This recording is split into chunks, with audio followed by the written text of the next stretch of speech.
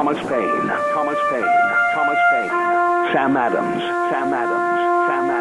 Benjamin Franklin. These men spoke up for what they thought was right.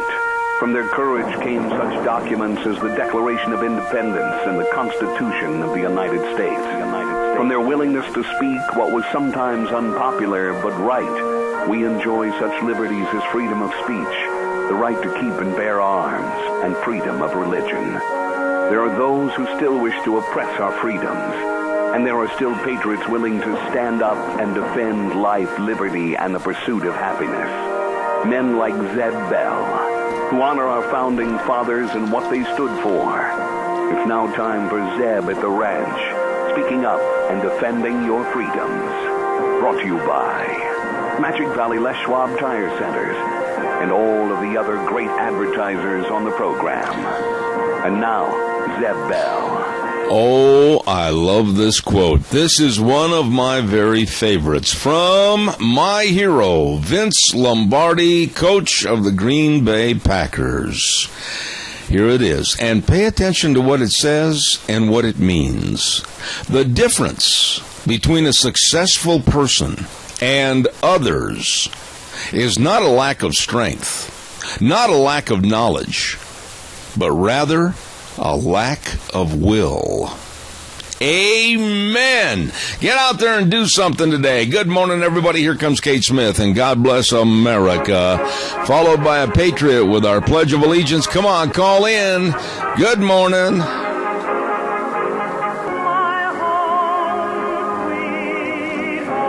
Oh, good morning, and thank you on a Tuesday, already October the 6th. My goodness sakes, I'm Zeb Bell, Zeb at the Ranch, with our major sponsor, your Magic Valley Les Schwab Tire Centers, all 7 locations serving you, along with some of our great advertisers like Western Waste Services, always at your disposal. Get on the route service to get rid of your garbage today at 734-6969.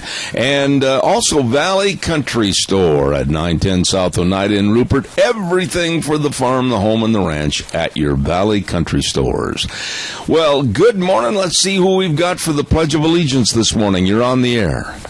Good morning, young man. Hello, Dal. How are you? God bless you, and give us the pledge, please.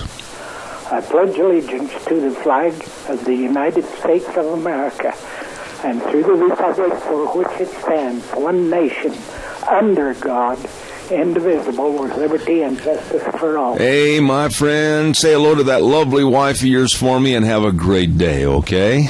We will try. All right. Do the same. Thank you so much. I think a lot of those folks. Thank you so much. We've got so much to do. And by the way, in God we trust on this program. Everything sounds good, Deanne? Okay, thank you. We've got a lot of recaps, kind of a follow-up as to what happened on the air yesterday. We're going to get into that momentarily, so stay tuned. But first and foremost, it's time for the weather, brought to you by Cheney Flooring and Home Design, 1228 Oakley Avenue in Burley. Look for the blue door. Carpet, flooring, and kitchen construction, and it's Tile Tuesday. What does that mean? I'll tell you what, they've got all the tile for the kind of a change in direction as to what you're doing at home. Spruce things up, make things look different. They've got it all for you at Cheney Flooring and Home Design, 1228 Oakley Avenue in Burley, or give them a call at 678-6945. Here now is Gina with the weather. Here is your weather forecast for this October 6th, and it looks like this high-pressure system is going to be sticking around at least through the beginning of next week. High of 73 for today. Partly cloudy skies, slightly breezy tonight. Expect a low right near 45. Tomorrow, sunny and 75. Pretty much the same for Thursday. Friday, sunny skies, maybe 80, and then could see mid-80s for Saturday. Yesterday's high was 75, and tonight the sunset's going to be at 7:08. That's your weather forecast for Zeb at the Ranch. Thanks, Gina, and brought to you by Cheney Flooring and Home Design, 1228 Oakley Avenue in Burley. Look for the blue door. Hey, by the way, too, don't forget Burley Livestock Sale Yard. Their big sale on Thursdays. The sale that works for you. 10:30 starting time, and they're located at 1100 Occidental Avenue in Burley. And the number to call for consignment information or sale information, 678-9411. Merv May, Cade Rogge, and Lance Udy. Burley Livestock Sale Yard. Thursday is sale day at 10:30. Don't you miss it. By the way, stopped in the other day to see my friends at Daryl's Cleaners, 1223 Albion Avenue in Burley. Oh, yeah. Kevin, Cindy, the whole crew, always there to serve you. And go on in the door. Don't be embarrassed. Take your rumply crumplies in there and say, can you please bring these back to life? Yes, they can. I am living proof of the great job that they do on the clothes. I'll tell you what, they make them look brand spanking new. Stop into Daryl's Cleaners, 1223 Albion Avenue in Burley. They are the best. Also, our thanks go out to SafeLink Internet, and we're real happy to have their service right here at Zeb at the Ranch offices. And thank you at 677-8000. You call and get on the program. No contracts, no credit checks, unlimited data. Oh my, they're good.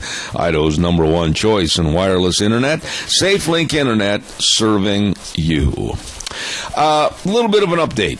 I want to tell you that the story we had yesterday on the air about the Jackson Hole, Wyoming principal by the name of Scott Crisp. Now, my dear friend Randy called over to the school and tried to get the principal on the phone to ask him about why he would consider not giving credence and letting the kids have American Pride Day. And he did not get Mr. Crisp on the phone. He left a message for him to call. Then I called and left a message also for Mr. Crisp to give me a call. Now, whether or not he will ever return the call to me, I don't know, but I'm going to try to reach him again right after the program this morning at Jackson Hole High School and find out why he would cancel American Pride Day. We're going to do a research on that and hopefully get an answer and maybe even get him on the phone. I do have a thought, though, that I want to put out to you folks. It seems like across the country, whether it's in California, whether it's in Chicago, whether it's in New York, Jacksonville, Florida, or even in Jackson Hole, Wyoming, there seems to be a cowardly fear by school leadership, superintendents, principals, school boards, etc., to show their pride in America and what our forefathers, all of our relatives, brothers and sisters, fought and died for. Why? Why is there a fear? Well, so here's an idea. I would like all the schools in this area to try to implement an American Pride Day. Now, I'm going to throw this out, and we're going to talk to, whether it's the Minidoka County Schools, Cassia County Schools, Jerome County Schools, Twin Falls County Schools, I don't care who, as a unified effort. Starting here in Magic Valley, I'm calling on the school leadership to design and put forth into play an American Pride Day. I'm going to issue a challenge to those schools, and I want to see who's going to accept the challenge, who's going to scoff at me, who's going to belittle me, or who's going to ignore me. But I have some dear friends that I'm going to have follow up with this in the various schools. And so we're going to start the ball rolling on this starting today to see if school administrators can devise, develop, and implement an American Pride Day in their schools. Let's see who's got the moxie and the backbone to go ahead and do it, okay? And keep me posted on what you hear in your community. It's up to you. It's up to you, the listeners, where your children go to school, etc. Kind of put the word out there. Hey, on the Zeb at the Ranch program, Zeb kind of issued you a challenge. Why can't we have an American Pride Day in our schools? See what they say, and let's see if we can't get something done. Okay? Calls welcome, 436-2244, 1-866-927-4587. Don't forget our friends at Ramsey Heating and Electric at 2600 Overland Avenue in Burley. They throw open the doors at 7:30 in the morning and leave them open until 5 in the afternoon. And they've got all your heating and electric needs. Your light bulbs. I mean, you name it, it's right there at Ramsey's. And I suggest also, I know the weather forecast sounds like a really nice Indian summer, which it is, but you know it's going to turn sooner or later. And you need to check on getting those furnace filters and make sure that when you turn the furnace on, it can act and run efficiently. Stop in and see them today at Ramsey Heating and Electric, 2600 Overland Avenue in Burley, where they provide warm winters and cool summers. Also, our thanks to Denny's Restaurant. I'll tell you what, it's been so much fun having them on the air, and they are, of course, the home of Zeb's Lunch Bunch. Once a month, we go over to 611 Overland and Burley. And Thomas and Terry, the whole crew, absolutely have treated us so well over what's it been now, over a year, I think, and we've enjoyed it. Great, great food, great service. You're going to just have a ball with it. And don't forget, they're giving away a free Grand Slam breakfast to the person that can pick the game of the week winning team and closest to the final score. And the game of the week this week is going to feature Raft River versus Oakley. Raft River versus Oakley, so keep that in mind. Denny's Restaurant, 611 Overland in Burley, and also another location at 291 Pole Line Road in Twin Falls. There you go. And now it's your turn. Give me a call, 436-2244, 1-866-927-4587. In other unfinished business, and by the way, I want you to keep that in the forefront, on the front burner, about American Pride Day at a school in your district. Ask the leadership why we can't have a red, white, and blue American Pride Day, why we can't talk about the Constitution, why we can't brag about our national anthem. Why? Let's find out, okay? And let's have the ball rolling and have an American Pride Day here, okay? Another issue that needs to come to the forefront is the crime that's going on in this area, with people breaking in and vandalizing, destroying lives, and just absolutely costing people just all kinds of money from their business. I mentioned yesterday on the phone, on the program, I should say, that the Book Plaza with my dear friend Colonel Dale and Mini-Cash Sales with Zach and Roger and the rest of the crew had been damaged severely, with people that have the brain capacity of an angleworm. And there is a reward out from Mini-Cash Sales. I understand that they're offering a $500 reward, and this person or persons that caused damage over at Mini-Cash Sales did up to $2,000 in damage. Now, they're offering a $500 reward, but I'll tell you what, I'm adding another $100 to that out of my pocket if we can catch the bad guys and prosecute them. That's $600 reward. I'm going to do it for Zeb at the Ranch because I am so sick and tired of vandalism. I am so sick and tired of sickos destroying people's lives and their businesses. What they did over at Colonel Dale's Book Plaza was absolutely inhuman and pathetic. What they did at Mini-Cash Sales was absolutely deplorable, with the breakage and the loss and everything. And I know the police can't be all things to all people all the time, every place. So let's find the bad guy. There's somebody out there. There's somebody out there that right now has heard $600, huh? Woo! I could use that money. Well, I think I might know who was in charge of that mess and that monstrosity and that absolutely devilish activity. And we want to know. Contact the police department or contact Mini-Cash Sales, or in the case of Colonel Dale, the Book Plaza. Let's get these absolute vermin off the streets. Let's get them punished severely, so that it doesn't happen anymore. And I'm glad to help, if I can at all, on that reward. All right, calls are welcome. Don't sit there by the phone. This is your program. Come on, give me a call, 436-2244, 1-866-927-4587. I want to talk a little bit about Valley Country Stores. I'm going to be having a meeting with the hierarchy of the Valley Country Stores tomorrow, as a matter of fact.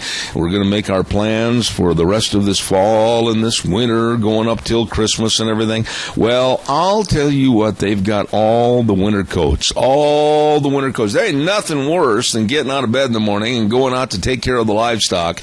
Woo! You are cold. Your old coat's got holes in it. Maybe the zipper doesn't go up or down. And you need some flannel shirts and some gloves that'll keep your pinkies warm, and hats and boots. They got it all. They've got it all over there at your Valley Country Store at 910 South Oneida in Rupert. Now's the time to stock up on the winter gear, and then when the cold, snow, and the wind hits, you can just laugh at it and say, hey, you're not going to bother me. Stop over to Valley Country Stores today for all the farm, home, and ranch items at 910 South Oneida in Rupert. Caller, good morning. Right on cue. You're on the air. Go ahead, please. Good morning, sir. Yes, sir.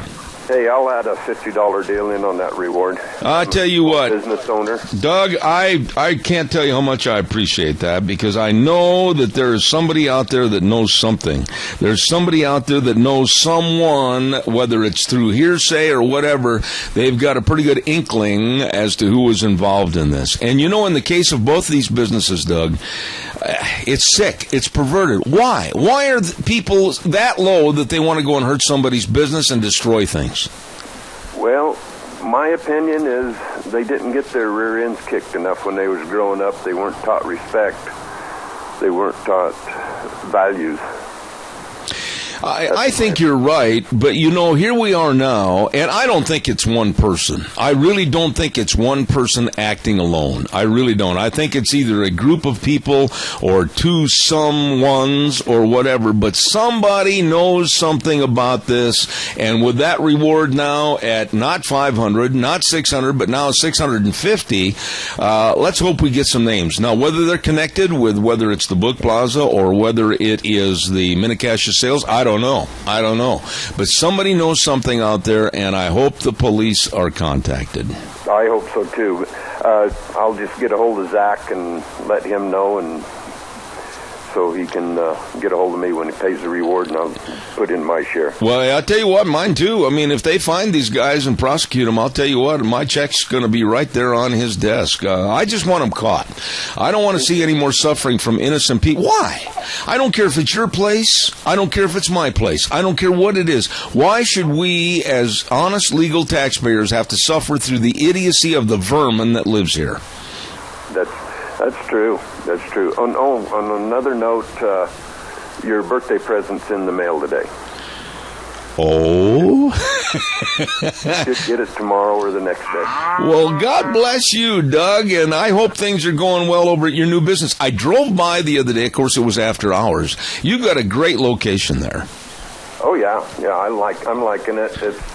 It's coming together. I'm unpacking and trying to find where everything is at right now and put things up where I can find it. Oh, so. Doug, please, don't go there. Deanna and I have, over the last couple of years, thought about moving, and then we looked at this office alone, and that changed our mind. We're going to stay here forever. We are entombed. Oh, yes, I understand that. You got some stuff that you need to stop in one day and look at what all I had to move. All right, buddy. Hey, God bless you, man. Thank you so much. All right. Caller number 2, I'll be right with you, I promise. I will not keep you longer than just telling everybody about Burley Physical Therapy and Rehabilitation, 1263 Bennett Avenue, Suite 2 in Burley. You know, here's a staff of physical therapists that absolutely know all the exercises, all the sports medicine. They know exactly what to do when you get in the hydrotherapy pool to loosen up those muscles or help those joints. They know it all. They know it all. Headed up by Nick Greenwell, they are the best, and they can help you get back to being you. That's right. Call for an appointment today, 678-1191. I'll repeat it. Write it down. 678-1191. Burley Physical Therapy and Rehabilitation. Caller, I'm sorry. Thank you for your patience.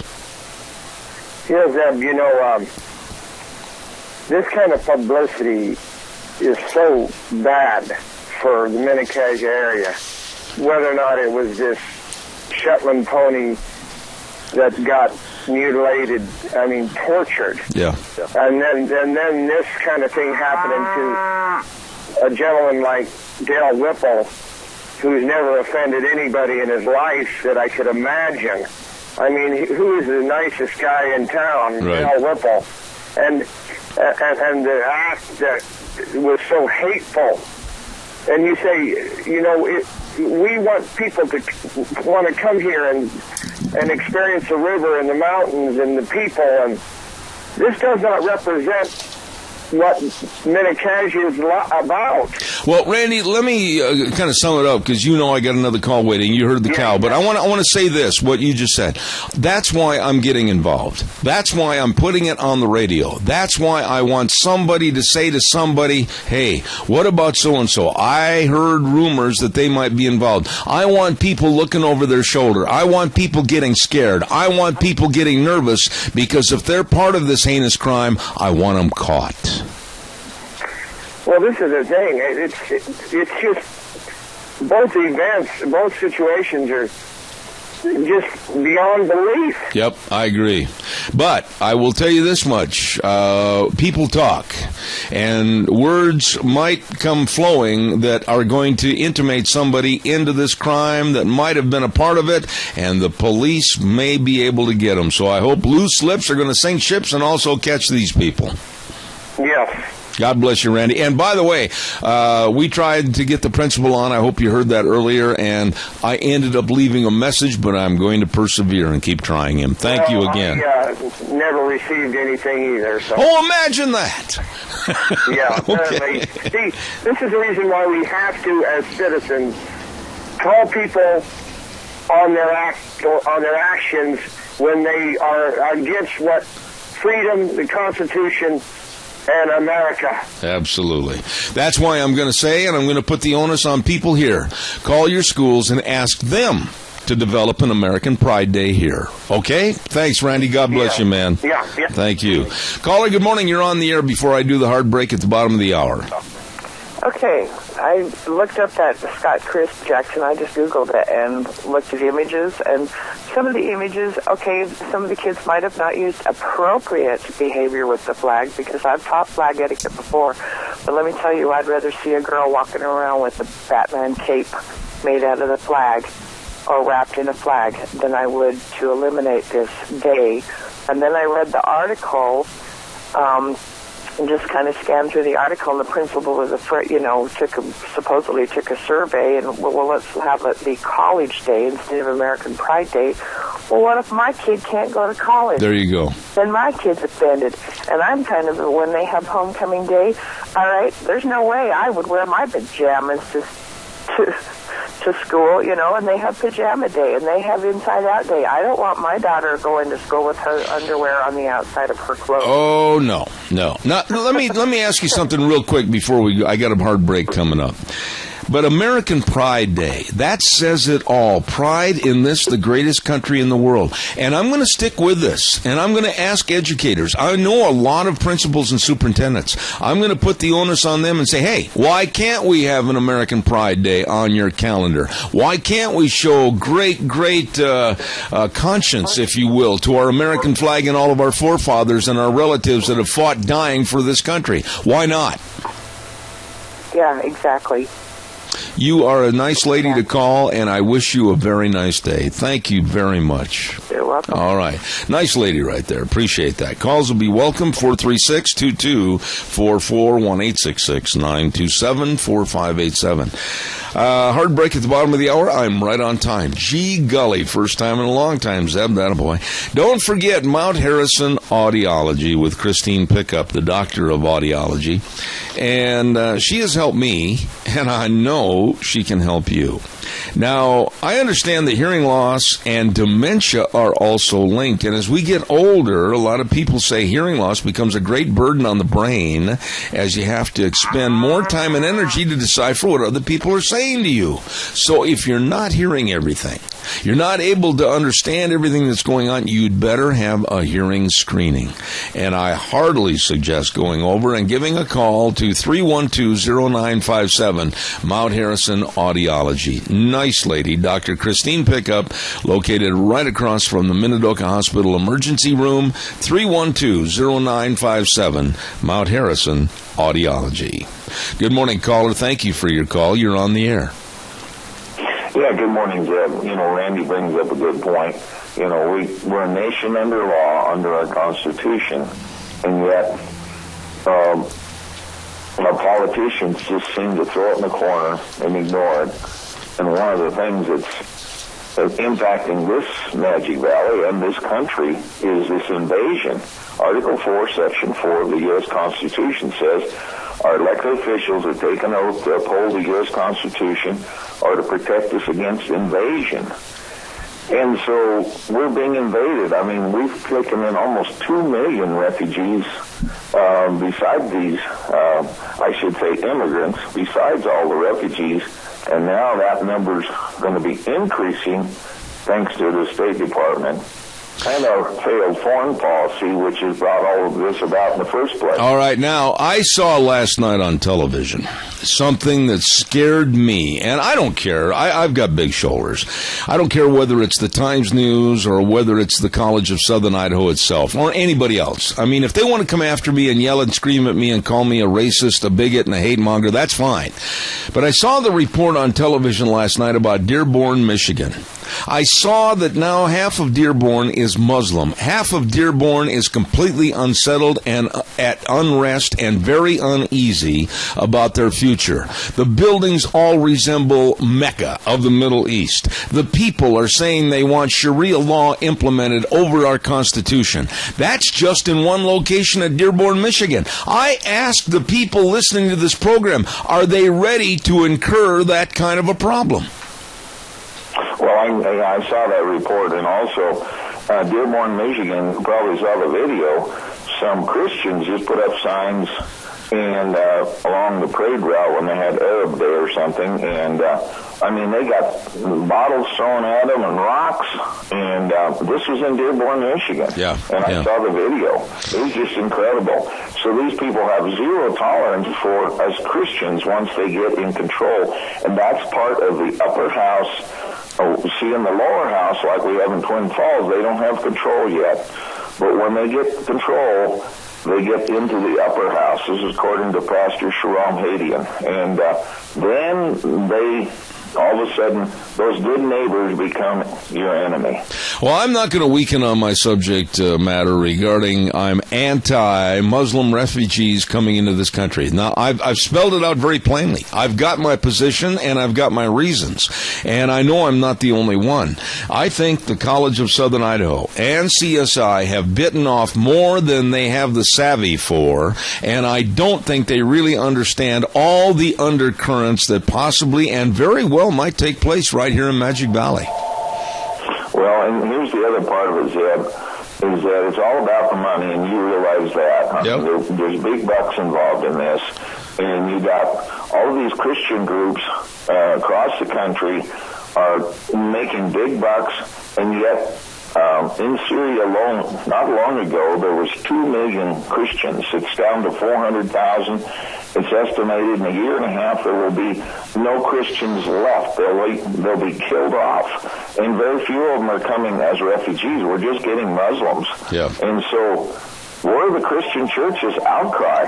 I agree. Say anything about that. No, I agree with you. Helping all these refugees, but the Christian churches are just totally quiet on the genocide of Christians in Syria. I agree with that, and I've made a call. I have made a call on this program, and I got to do a commercial, Adrian, but I have made a call on this program for pastors, church leaders, ministers. I don't care what their title is in the church, to stand up and be counted and let their feelings and the knowledge of this issue go to the pulpit and let the congregation know where the church stands. Hey, I appreciate it, Adrian. I got to run. Thank you so much. You bet. Well, we need to remind our politicians that they've taken an oath to uphold us against invasion. Article 4, Section 4. Look it up, folks. All right. Thank you, sir. Appreciate it. He's right.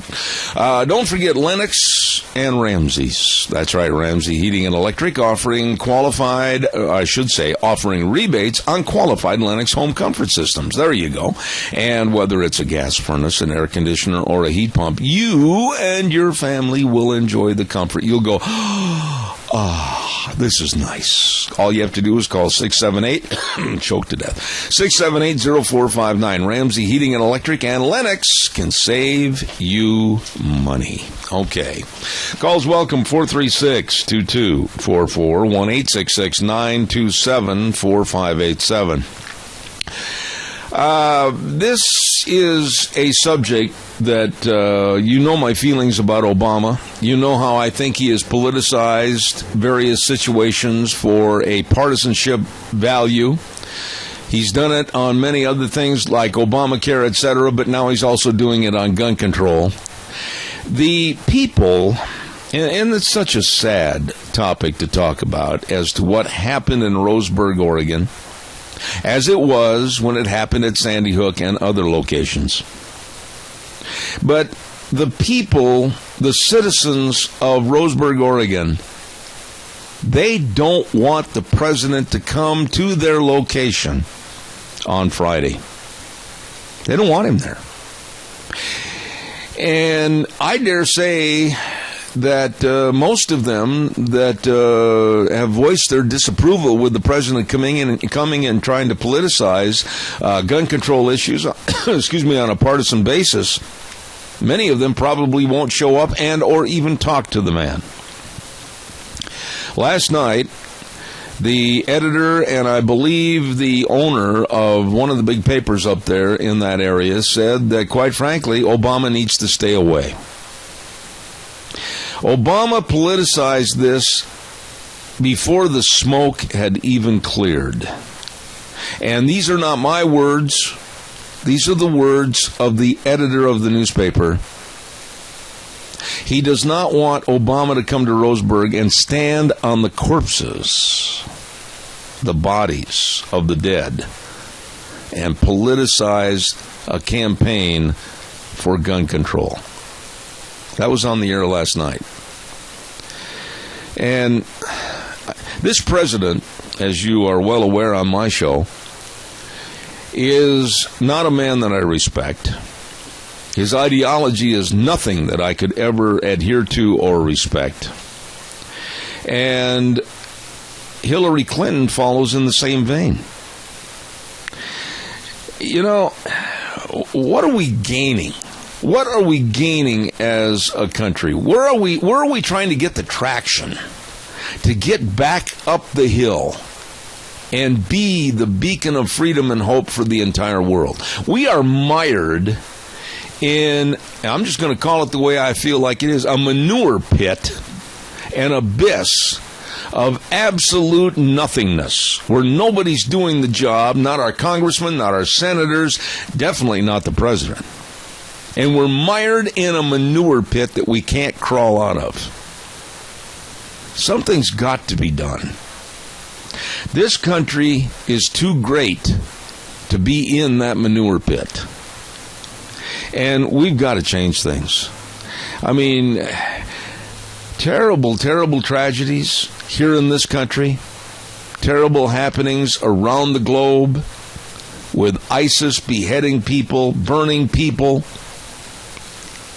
We're not the beacon of hope and freedom anymore. We're apologetic for past so-called sins that this administration doesn't like. Oh, well, we're not going to be the leader anymore. We just want to become an also-ran so you like us more. That's as idiotic as the liberal left Democrats can come up with. Calls welcome, 436-2244, 1-866-927-4587. I want to say thank you to Berry Equipment and Rental. They have the equipment, all the equipment, to get the job done right. I mean, hey, you need to get in on your property and you got to do some big dozing. You got to get in there and do some big digging or whatever. They got those Doosan loaders. Let me tell you, some big dudes. Oh, wow. They can get the job done for you. And they got all the Bobcat skid steer loaders and the Coyote tractors. I mean, the list goes on. And if you're not sure how to run them, I mean, I wouldn't. I'd have to go in there and say, hey, give give me a lesson in this, would you please? I hope I don't knock over the neighboring buildings or whatever. But anyhow, they can help you, and they've got 3 locations to serve you. Addison Avenue West in Twin Falls, South Lincoln in Jerome, and 159 West Highway 30 in Burley. And their store hours, Monday through Friday, 7:30 to 5:30, Saturdays 8 to 5. They are the best. Stop in for your equipment needs at Berry Equipment and Rental. Really good folks. All right, your calls are welcome and appreciated. Give me a jingle. And you know what else is going on right now today? This really bothered me this morning. I was against his name being used initially anyway as the man who killed Osama bin Laden. To me, that was kind of like Who Shot Liberty Valance, from the movie. I was against that. I just thought that this soldier, I knew sooner or later something negative and bad was going to happen, to the point where the media was going to keep driving the point home. Here's the guy that shot Osama bin Laden, blah, blah, blah. Today, when I got out of bed this morning at 3:45 and turned on the news, now the ISIS groups, Al-Qaeda groups, radical Islam in general, they are urging lone wolf attacks and the death of Mr. O'Neill. He is in a lot of trouble. There's been a death wish or a fatwa put on him. And these dastardly bad people, have put his address where he lives online, open to any and all of these bad people. And I just hope and pray for him. Calls welcome, 436-2244, 1-866-927-4587. I'm going to do the weather forecast, and something happened last night in Oklahoma City that it's sad. It's really sad, and it brought a tear to my eye, and I want to see how you feel about it. We're going to talk about something that happened in the dead of night last night and see what your thoughts are. Right now, we're going to have the weather forecast brought to you by Mad River Laser. Nicole, my goodness sakes, their gift shop has home decor items, lots and lots of home decor items. And you know what? Halloween's right around the corner, and all the fall goodies are there. Oh, my goodness. And maybe it's time for the year-end awards for your business, and they can do all of that. They've got the Crystal Awards, acrylic, wood, plaques, trophies, everything at Mad River Laser, and they're the best. 502 East Street in Rupert. You stop in right on the square, Mad River Laser. Right now, here's Gina with the weather. Here is your weather forecast for this October 6th, and it looks like this high-pressure system is going to be sticking around at least through the beginning of next week. High of 73 for today. Partly cloudy skies, slightly breezy tonight. Expect a low right near 45. Tomorrow, sunny and 75. Pretty much the same for Thursday. Friday, sunny skies, maybe 80, and then could see mid-80s for Saturday. Yesterday's high was 75, and tonight the sunset's going to be at 7:08. That's your weather forecast for Zeb at the Ranch. Stop over and see my friends at Mad River Laser, right there on the square in Rupert, 502 East Street. You bet. Nicole and the rest of the crew waiting to serve you. Last night, in the dark of night, so that protesters and people would be sleeping, hopefully, and away from the downtown area of Oklahoma City, they took down the beautiful, beautiful architecture, if you will, of the Ten Commandments. I've been there. I've seen that display in person of the Ten Commandments. I, for many, many years, over 30 years, did a lot of equine events in Oklahoma City at the Oklahoma State Fairgrounds. And during the course of the day, I would go all over the area and kind of get involved in the local history and find out about things that happened 100 years ago with the land rush and all the cowboys and the ranches and everything, and also stand there in awe of a very beautiful display of the Ten Commandments? Well, the atheists and the freedom from religion people, the Nazis, decided that you and I can't enjoy the Ten Commandments anymore. And they issued their threats, and they issued their edicts, and they issued their demands. And so Oklahoma City finally stuck its tail between its legs, and in the dead of night last night took down the Ten Commandments.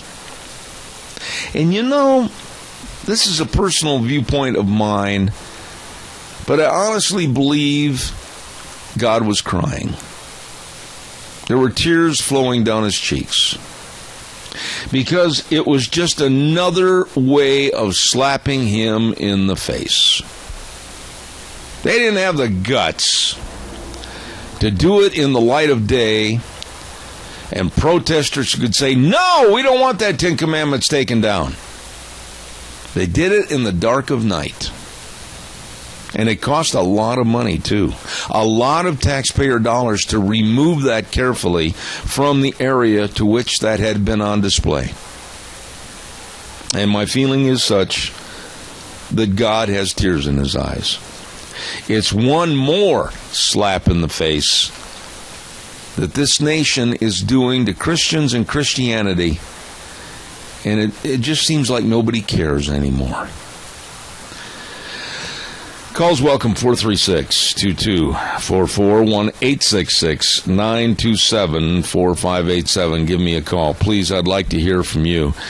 And this is a hard story to report on because it's a loss of life. And the way that it happened, it had to be harrowing. And that's when that huge ship, American ship, went down off the coast of the Bahamas in the Hurricane Joaquin. Oh, my goodness. I mean, the 33 crewmen that were on that ship, and the decision from the captain, thinking that the hurricane had basically left the path of their ship. I think it was like a 735-foot vessel. Huge vessel. And now they're thinking that it had been added on to in recent years as far as the length and the capacity to carry things in the hull and everything.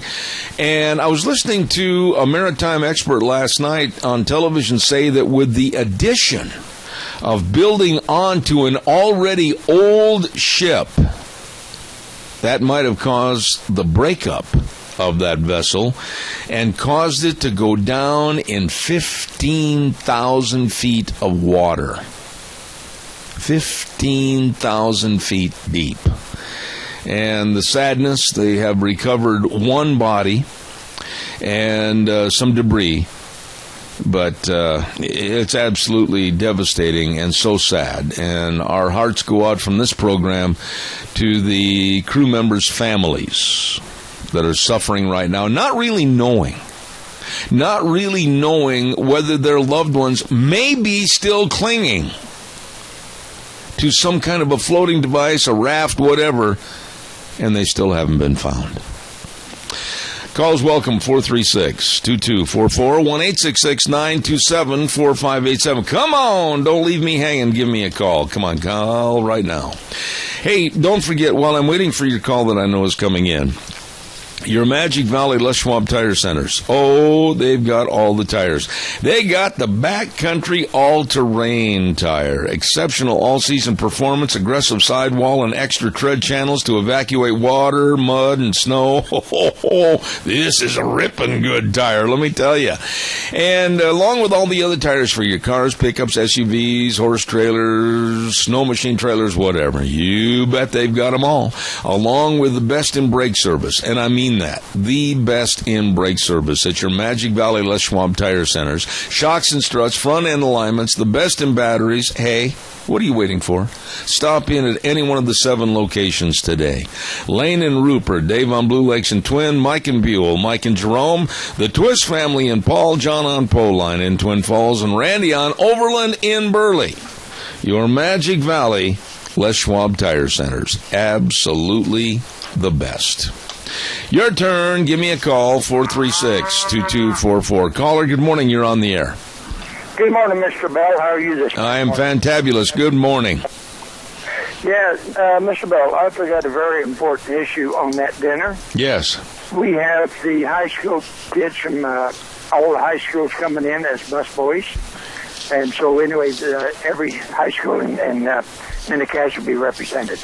Now, that's the appreciation dinner for former Senator Dean Cameron coming up this Saturday, October 10th, starting at 4 p.m. at the Rupert Elks in Rupert, and the public invited. Free will offering for the dinner, and it's going to be a great event.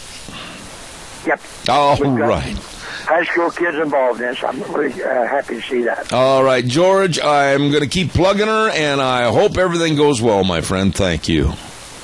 Hey, thank you, Mr. Bell. You bet. God bless you, man. Thank you.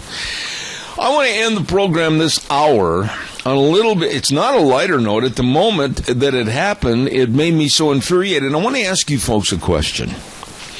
Yesterday, my accountant called, and he said, would you please get some information for us from a certain office?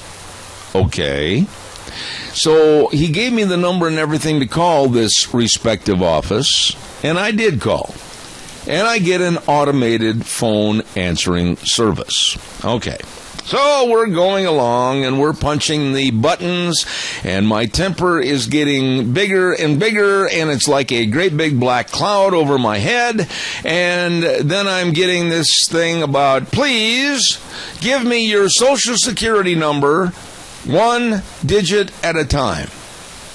Now, I ask you, the audience, how else would you give your Social Security number other than 1 digit at a time? Are you going to go brrrt all together?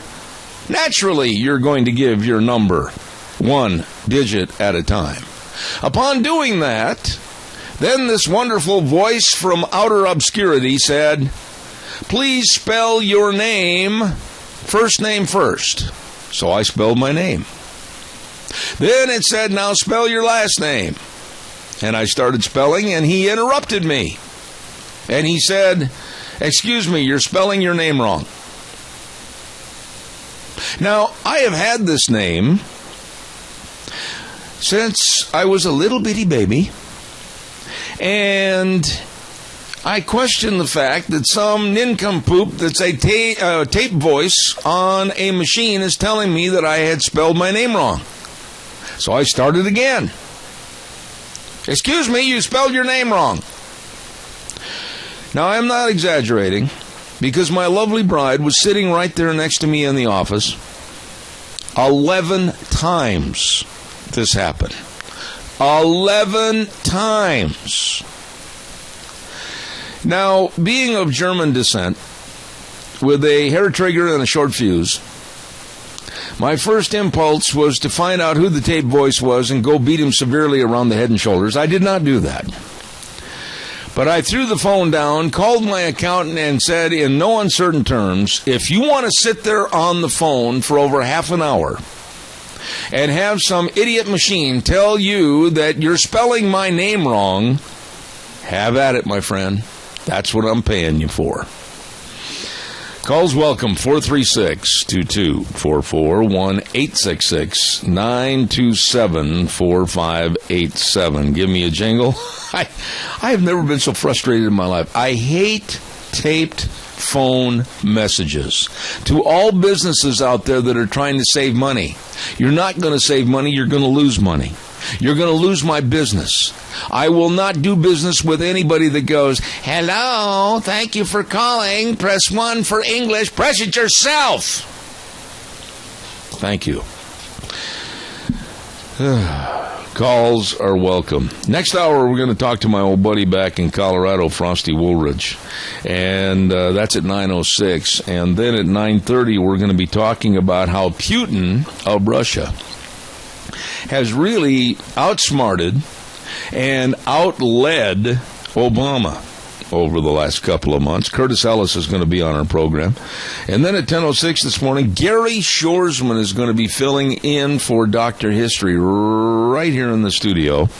And then at 10:32 this morning, if you really want to get mad, you really want to throw things at the wall, and you really want to stomp your feet, listen to Dan Kish talk about California and how the Obama administration is advocating not just much higher energy costs, but skyrocketing energy costs. Caller, good morning. You're on the air. Just a quick minute. I wish that we could get those 10 commandments out here in Idaho and put it along the interstate. There you go. I like that. Let's see if we can't get that done. Okay, but now go back to what I said at the beginning of the hour. Let's also see if we can't get the schools to incorporate a one-day American Pride Day, okay? Well, that's a good idea. That's why I said it. I think it should be the first day of every month. There you go. All right, you get to work on that. Okay. Okay, we're going to have an exam on this, written exam on Friday morning. Be sure and have the answers. Dear. Okay. You send me the exam and I can write on it? Yeah, and if you don't pass the test, you got to buy us lunch. Thank you very much. Okay. Thanks, Chris. We are going to take off for a few minutes and let the big boys from CBS come in here and probably mess up everything that we've done. And we want to say that you're listening to Zeb at the Ranch. Make sure you're hearing everything. Contact Mount Harrison Audiology for a hearing screening. And don't forget to call 312-0957 today. Zeb at the Ranch, I'm Zeb Bell. We're going to let old Wheels have a little music here, leading us up to CBS News. I'll be back in 6. Don't go away. Aha, here we go. Hour number 2, Zeb at the Ranch. I'm Zeb Bell. And our major sponsor, your Magic Valley Les Schwab Tire Centers, all 7 locations serving you, along with some of our great advertisers like your Valley Country Store at 910 South Oneida in Rupert. Everything for the farm, the home, and the ranch at your Valley Country Store. And our friends at Western Waste Services. From the canyons of the Snake River and all across southern Idaho, we're always at your disposal. Western Waste Services, we care about our community, our resources, every free man. Western Waste Services is lending a hand, always at your disposal. Always at your disposal. And let me tell you, for fall cleaning, I'm telling you what, I've made a promise to myself that in the next couple of weeks, when we get a couple of really bad, ugly days weather-wise, I'm going to sit in here and pitch and throw. And that means I'm going to have to get a dumpster. Yep, I am out the back window. Look out. And, of course, you can get the dumpsters in various sizes from Western Waste Services, always at your disposal. Call them today. Deanne's looking at me kind of cross-eyed here. Yes, dear, it's true. I'm going to clean this office. 734-6969. Locally owned and operated and serving you. Hey, don't forget the Denny's High School football game of the week. And this week it's going to be Raft River and Oakley. And if you pick the right team and the closest to the final score, you will receive a free Grand Slam breakfast from Denny's Restaurant, 611 Overland in Burley. Don't you forget to get your picks in for the game this weekend. Send them to zebattheranch@hotmail.com or my cell phone number at 312-2976. Also want to say thank you very much, and I mean this. Nicest people you ever wanted to talk to or work with, and that's, of course, Hanson Mortuary at 710 6th Street in Rupert with our dear friend Joel Heward and, of course, his family and staff. They can go to you to help you with the arrangements when there's the passing of a loved one. They can go to the rural towns and churches and see you there to make the arrangements. That's right, always with the highest ethical standards, with unquestioned integrity. Please call them today at 436-5636. Hanson Mortuary, serving you. It's a Tuesday, and my buddy is on the program, live and direct from Gold in Colorado. And here's Frosty Woldridge. Good morning, sir. How are you? Oh, good morning, Zeb. Just heartfelt good morning. I'm glad to hear your voice, and glad that each listener out there is ready for a half hour, and certainly this half hour, but every half hour and every guest that you have on Zeb at the Ranch to just alert this country, and again, hopefully give each one of you, the listeners, the ability to take action in a collective manner so that we can change the course of history toward America rather than a multicultural, overpopulated, resource-depleted, water-shortaged country that would resemble a third-world country. So I'm ready to go. You know, Frosty, I'm going to get a lot of criticism over this, but it's fine. I've got big shoulders, like I said, first hour. But I watched last night with total disgust and disdain that little feature on the news last evening regarding Dearborn, Michigan, and how they have basically taken over half the population. The Muslim population has taken over half of the city's population. And it looked like, with the buildings, it looked like a Middle Eastern village. It looked like a Middle Eastern Mecca, if you will. And all the clothing and all the attitudes about how they wanted Sharia law implemented over our Constitution. It was very spooky and yet very telling. What are your thoughts about that? Well, first of all, I just came back from Michigan, and I've got to really witness exactly. And, of course, you all know that I worked in Detroit and Dearborn from 1977 right through 1991, and I saw, and I actually moved in a United Van Lines trailer. I ran a 48-footer twin screw. In fact, I ran an International twin sleeper. We moved 1 million Americans out of Detroit because of the violence, because of the degradation of the schools and all that went with it. And now the Congress has imported another 400, I think it's around 400,000 Muslims. Sharia law is now a de facto reality in Muslim Dearborn and really in all of Detroit. And I don't know if anybody knows this, but the latest poll, Pew Research poll, showed that 51% of Muslims in this country demand Sharia law be implemented. And the same thing's happening in Minneapolis, Minnesota, where there's 100,000 Somalian immigrants. And by the way, about 90% of them are on welfare also, just like in Detroit. And so we're in a lot of trouble. As a matter of fact, if you go to News with Views today, you'll see my story, the 1965 Immigration Reform Act, Teddy Kennedy, the father of America's downfall. You will see that published on newswithviews.com and about 15 other websites. Again, I cannot... We are headed for such fracturing. And here's a quote from the piece. I want to just remind everybody. Muslims cannot in any way become Americans. The Quran forbids it. Yep. Their entire religious context demands subjugation to their religion with no allegiance to the U.S. Constitution or any other country's constitution. The Quran forbids women's rights, marital choice, free speech, gay rights, and religious rights. Our way of life remains completely out of bounds to Islam. And for those of you who want to understand this more deeply and even join, it's called Refugee Resettlement Watch.wordpress.com. And a lady named Ann Corcoran has created a 4-minute video, and you can get it right there on the article, and you just punch it. And it will show you how our country is being seeded by Muslims, and that the Quran and Islamic law and the Sharia law will continue to make inroads into America, just like in Europe. So we're in a lot of trouble, Zeb.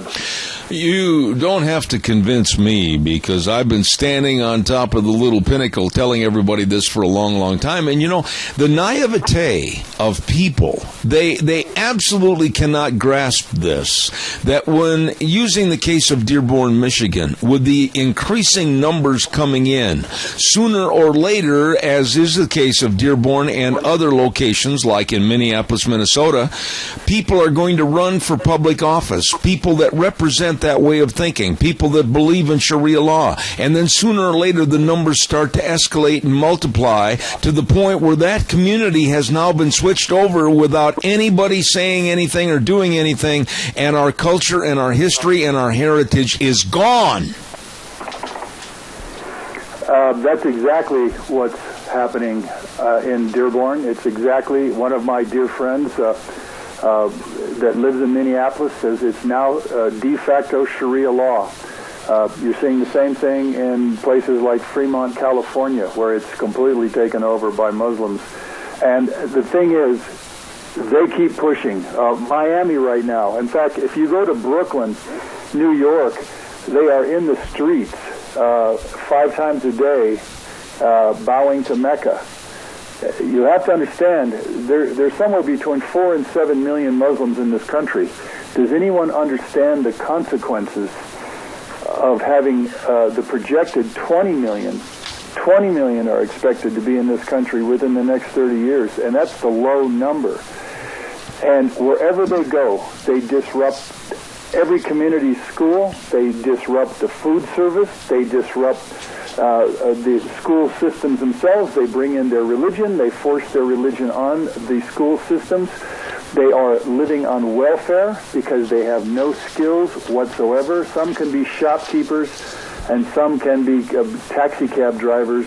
But for the most part, literally, the figures show from FAIR, Federation for American Immigration Reform, 90% of these immigrants are on welfare. And that's going to grow. And as they continue to exist on the welfare, they continue to grow their numbers.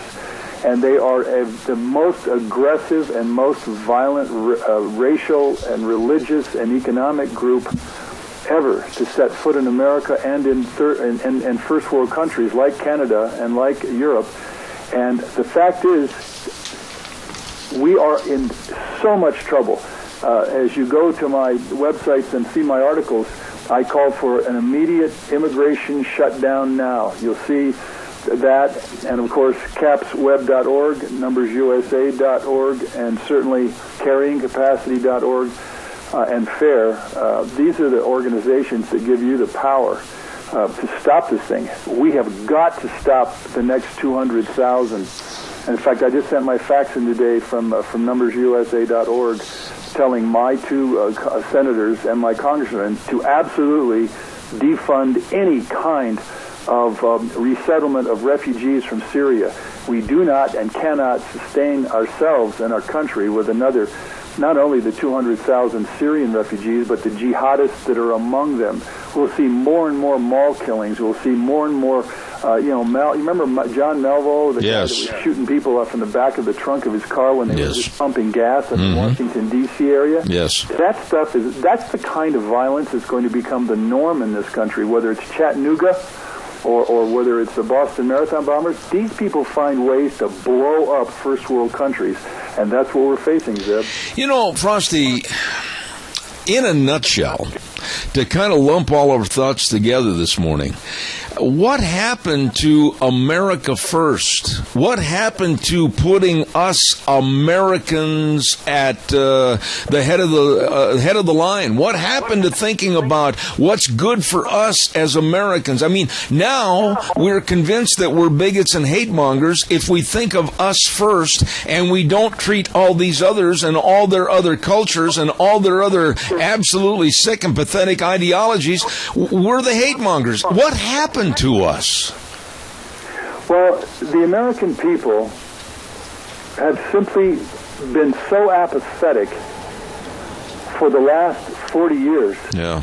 They didn't see the racial and the ethnic changes of this country. It used to be 90% in 1965, 90% of European Americans and 7% African Americans and 3% Hispanic Americans, and even we had our troubles.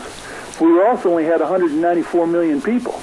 Well, now we got 321 million, headed for 438 million, and that 100 million that just was added are third world. We have 42 million that weren't even born in this country. They wouldn't know Thomas Jefferson from George Washington from Ben Franklin from Ben Franklin's store. They're simply riding the welfare rolls. 48 million. Again, Seb, this thing is this is already changing the entire, not only demographic, but the sociological aspect of America from a successful civilization. I don't care if you have angry African Americans or angry Hispanic Americans or angry European Americans. We were doing all right. We were getting down the road. We were fixing our problems with peace and the ballot box. And now you're seeing unbelievable violence throughout this country. Whether it's black-on-black crime at 6,000 killings per year, whether you're seeing the Muslims taking over entire communities and running everybody else out. I mean, go to Minneapolis, Minnesota. I just went through there. I was in Michigan this last week. I went through Minneapolis. I went through Wisconsin. It's unbelievable. You're seeing people with burqas, women who have no identity. They're stuck behind a black cloth draped over their entire bodies with a little slit for their eyes. Nothing is going to become good out of this. In fact, I listened to Ben Carson, our African-American presidential. He says we got to stop Muslim immigration. Period. We got to stop it. We got to stop all of we can't have a Muslim president, because look what happens with the Muslim president we've got right now. He's bringing in more Muslims. I will stand with you, and this has nothing to do with hate mongering. It has to do with the survival of America, as a country of freedom and free choice and free religious choice. And absolutely, we must not ever tolerate Sharia law of any kind ever in our country. And we really need to stop all Muslim immigration, and we need to hope at some point that these Muslims that are here calm down and stop pressing. At some point, if they don't stop pressing, we need to forcibly eject all Muslims from America. And now, I'm not the first person to say that, because Muslims cannot, will not, and are not a part of the U.S. Constitution. It is against the Quran and every aspect of the Quran. That's why Muslims are doing what they're doing, not only here, but in Canada and Europe and Australia. And that is to destroy the very country that they immigrated to. That's what's happening, and it's going to get worse as their numbers grow. I got one more subject that I want to talk to you about this morning, and it falls almost into lockstep as to what we're talking about right now. Last night, in the dead of night, in the dark, Oklahoma City kowtowed and bowed to the evil of the freedom from religion folks and also atheists in general when they took down in Oklahoma City that wonderful, beautiful display that I've personally seen, taken pictures of, etc., of the Ten Commandments. They took it down in the dead of night last night so that they wouldn't have a lot of people protesting and absolutely outraged if they would have done it during the daylight hours. Oklahoma City capitulated to evil last night, Frosty, when they took down the Ten Commandments. Well, and again, this country was built on the Ten Commandments. This country was built on the Christian ethos. And you're seeing it vanish in front of you. You're seeing all the forces that would take away the ethos of this country, this very successful country, and completely obliterated and taken away from us. And that is going to continue as more and more of these kind of people become more powerful, and they literally can't wait to destroy that which made this country the country it is. And you're going to see more sad acts. You know, at some point, you know how the Muslims go around blowing up old Buddhist temples and some of the great shrines of all different religions in the countries they take over. They blow up 2,000 years. Can you imagine blowing up the Colosseum because it was something wrong with it didn't go with your? Can you imagine blowing up the Thomas Jefferson Monument or certainly the Lincoln Memorial? Well, this kind of immigration that's coming into this country, this is what these people do. If they don't like it and they're in enough power, they blow up things. That's what we're facing. You know, when they get the archives of the Zeb Bell and Frosty Woolridge discussions of the last 10 years in the future, they're going to sit there and say, my God, those guys were just telling it like it is, and they were helping people to change it by stopping mass immigration, and we need an immigration shutdown now. And of course, my terrible thought is that nobody listened, and that the thing just kept on going, and that we just simply became the fractured, fragmented, and completely multicultural society that destroyed itself here, and the people were just too stupid to take action. Yeah, it makes me sick on many levels, sir. Well, and one final point here. I was really, and I'm not aiming at any segment or any aspect of religion and trying to make them feel bad, sad, or whatever, but when the Pope visited the United States of America, and conversations turned towards our borders and illegal immigrants, etc. And basically the gist of one conversation was to not have any borders. I thought, my goodness, what is the matter with our society in a country that has a constitution, in a country that has fought for being free and a beacon of hope to the world? We have somebody come and visit and say, well, just eradicate your borders, let anybody and everybody in because you're the richest country on the face of the earth. How stupid is that? Well, I would also add the fact that he actually gave a whiplashing to capitalism. And the fact is, the Pope is responsible for the massive poverty in all of these countries, like Mexico and like in Central America and in South America and around the world, like in Haiti, because the poverty comes from too many people, and he's the single greatest force on the planet, along with Islam, to advocate against birth control. The fact is, 90+% of women in the United States being enlightened and wanting to have their 2 children families, which is the average for this country, doesn't fit the Pope's appreciation, because he's still quagmired in the first century, when there was a lot of room and everybody could have as many babies as they want. That's no longer true. And the American woman has been choosing 2 children, a sustainable population, for the last 45 years. But people like the Pope have gone out there and just said, yep, just let her rip and let's have as many babies as possible. If every family was like the Duggars, and I don't know if anybody knows about the Duggars, they've got 19 kids.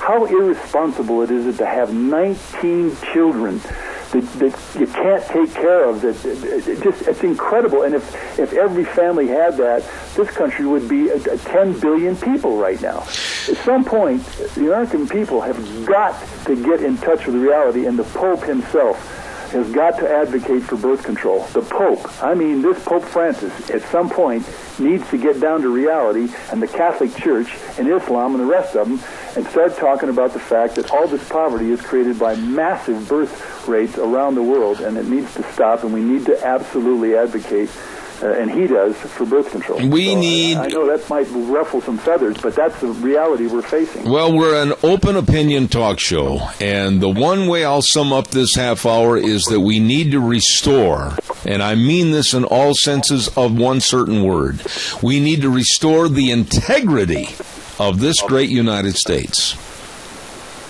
I'm going to go right with you on that. We need to restore the Constitution. Yep. I know Boehner self-ejected. I think Mitch McConnell needs to self-eject. John McCain ought to resign, and half the senators and most of the Congress and vote in new people to get this country moving forward. And I'll tell you what, I'm going to vote Trump. The man is the man that's going to absolutely run this country forward as an American, and we need an American there in the White House. And so, I'm with you, and God bless, and we will continue to stand up, and they can call us all the names they want, because we stand on the U.S. Constitution, and we stand on America and it being great, and that all of us have a right to literally the pursuit of happiness and freedom, and we're going to defend it. I'm going to defend it with you, Zach. Frosty, I've got one caller, and I'm only going to allow 10 seconds for the question, caller, because I'm out of time. Go ahead, quickly, very fast. I had to kind of laugh. The Duggars don't take care of their family. I mean, if more families were together like that one, we'd have a lot fewer problems in this country. Yeah, but we're not talking about whether they take care of their family or not. We're talking about the numbers, and we're talking about sustainability. Pardon me? It's too many. You can't have people having, that can't be the average number of people. 19. We wouldn't have enough water.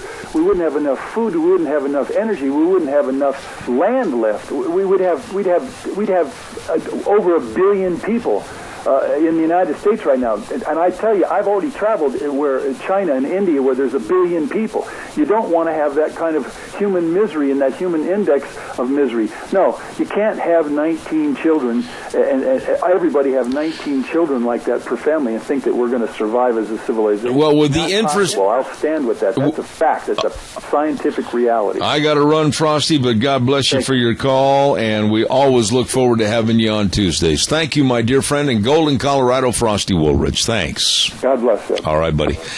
Calls are welcome. In just a few minutes, we're going to have another guest. Curtis Ellis is going to be on the phone with us, and we're going to be talking about Putin versus Obama. Don't miss that.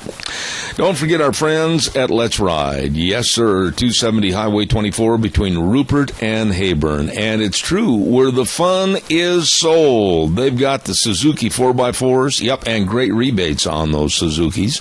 You can get out and enjoy the fall colors. Get up and breathe that mountain air and enjoy all the wildlife. Man, it's fantastic this time of year. Well, get up there on a 4x4 from Let's Ride. 270 Highway 24 between Rupert and Heyburn. And they've also got the new Timber Sled snow bikes in to enjoy in the snow this winter. All the fun is right there where the fun is sold. Let's Ride. You stop in and see them today. I want to also mention and say thank you to some really nice people, and that's, of course, our friends at Cameron and Siemens Insurance, Highway 24 in Rupert. Yep, and I'll give you the number right now, and then you can write it down and call them for an appointment about life insurance, health insurance, retirement planning, employee benefits to make sure you're protected. 436-4424. That number again, 436-4424. Cameron and Siemens Insurance, serving you right there on Highway 24 in Rupert. Really, really good folks. In just a moment, we're going to have Curtis Ellis on the phone. Stand by. Ramsey Heating and Electric offering rebates on qualified Lennox home comfort systems. Whether it's a gas furnace, air conditioner, or a heat pump, you and your family will enjoy the comfort. Call them at 678-0459. Ramsey Heating and Electric and Lennox. Warm winters and cool summers. Right now, this is a gentleman I enjoy having on my program because he tells it like it is, and he is the UN correspondent for World Net Daily and the executive director for the American Jobs Alliance. Good morning, Curtis Ellis. How are you? That's great, Zeb. Great to be here. I always enjoy being on with you. You know, great show. I appreciate your coming on the program, Curtis, and I got to tell you, talk about a chuckle. When I got the cheat sheet on what we're going to talk about this morning with Obama versus Putin and the pictures at the bottom showing Putin shirtless riding a horse and then our president wearing a little kind of a helmet and riding a Schwinn bicycle, any questions on leadership? I had to laugh. It was very explicit in those photos. Yeah. I'm not sure what's worse than that picture of our fearless leader, Barack Obama, if it's the dweeby helmet or the short sleeve shirt. There's something about short sleeve shirts, but I don't know. He definitely does not look like the fearless chosen leader of the free world.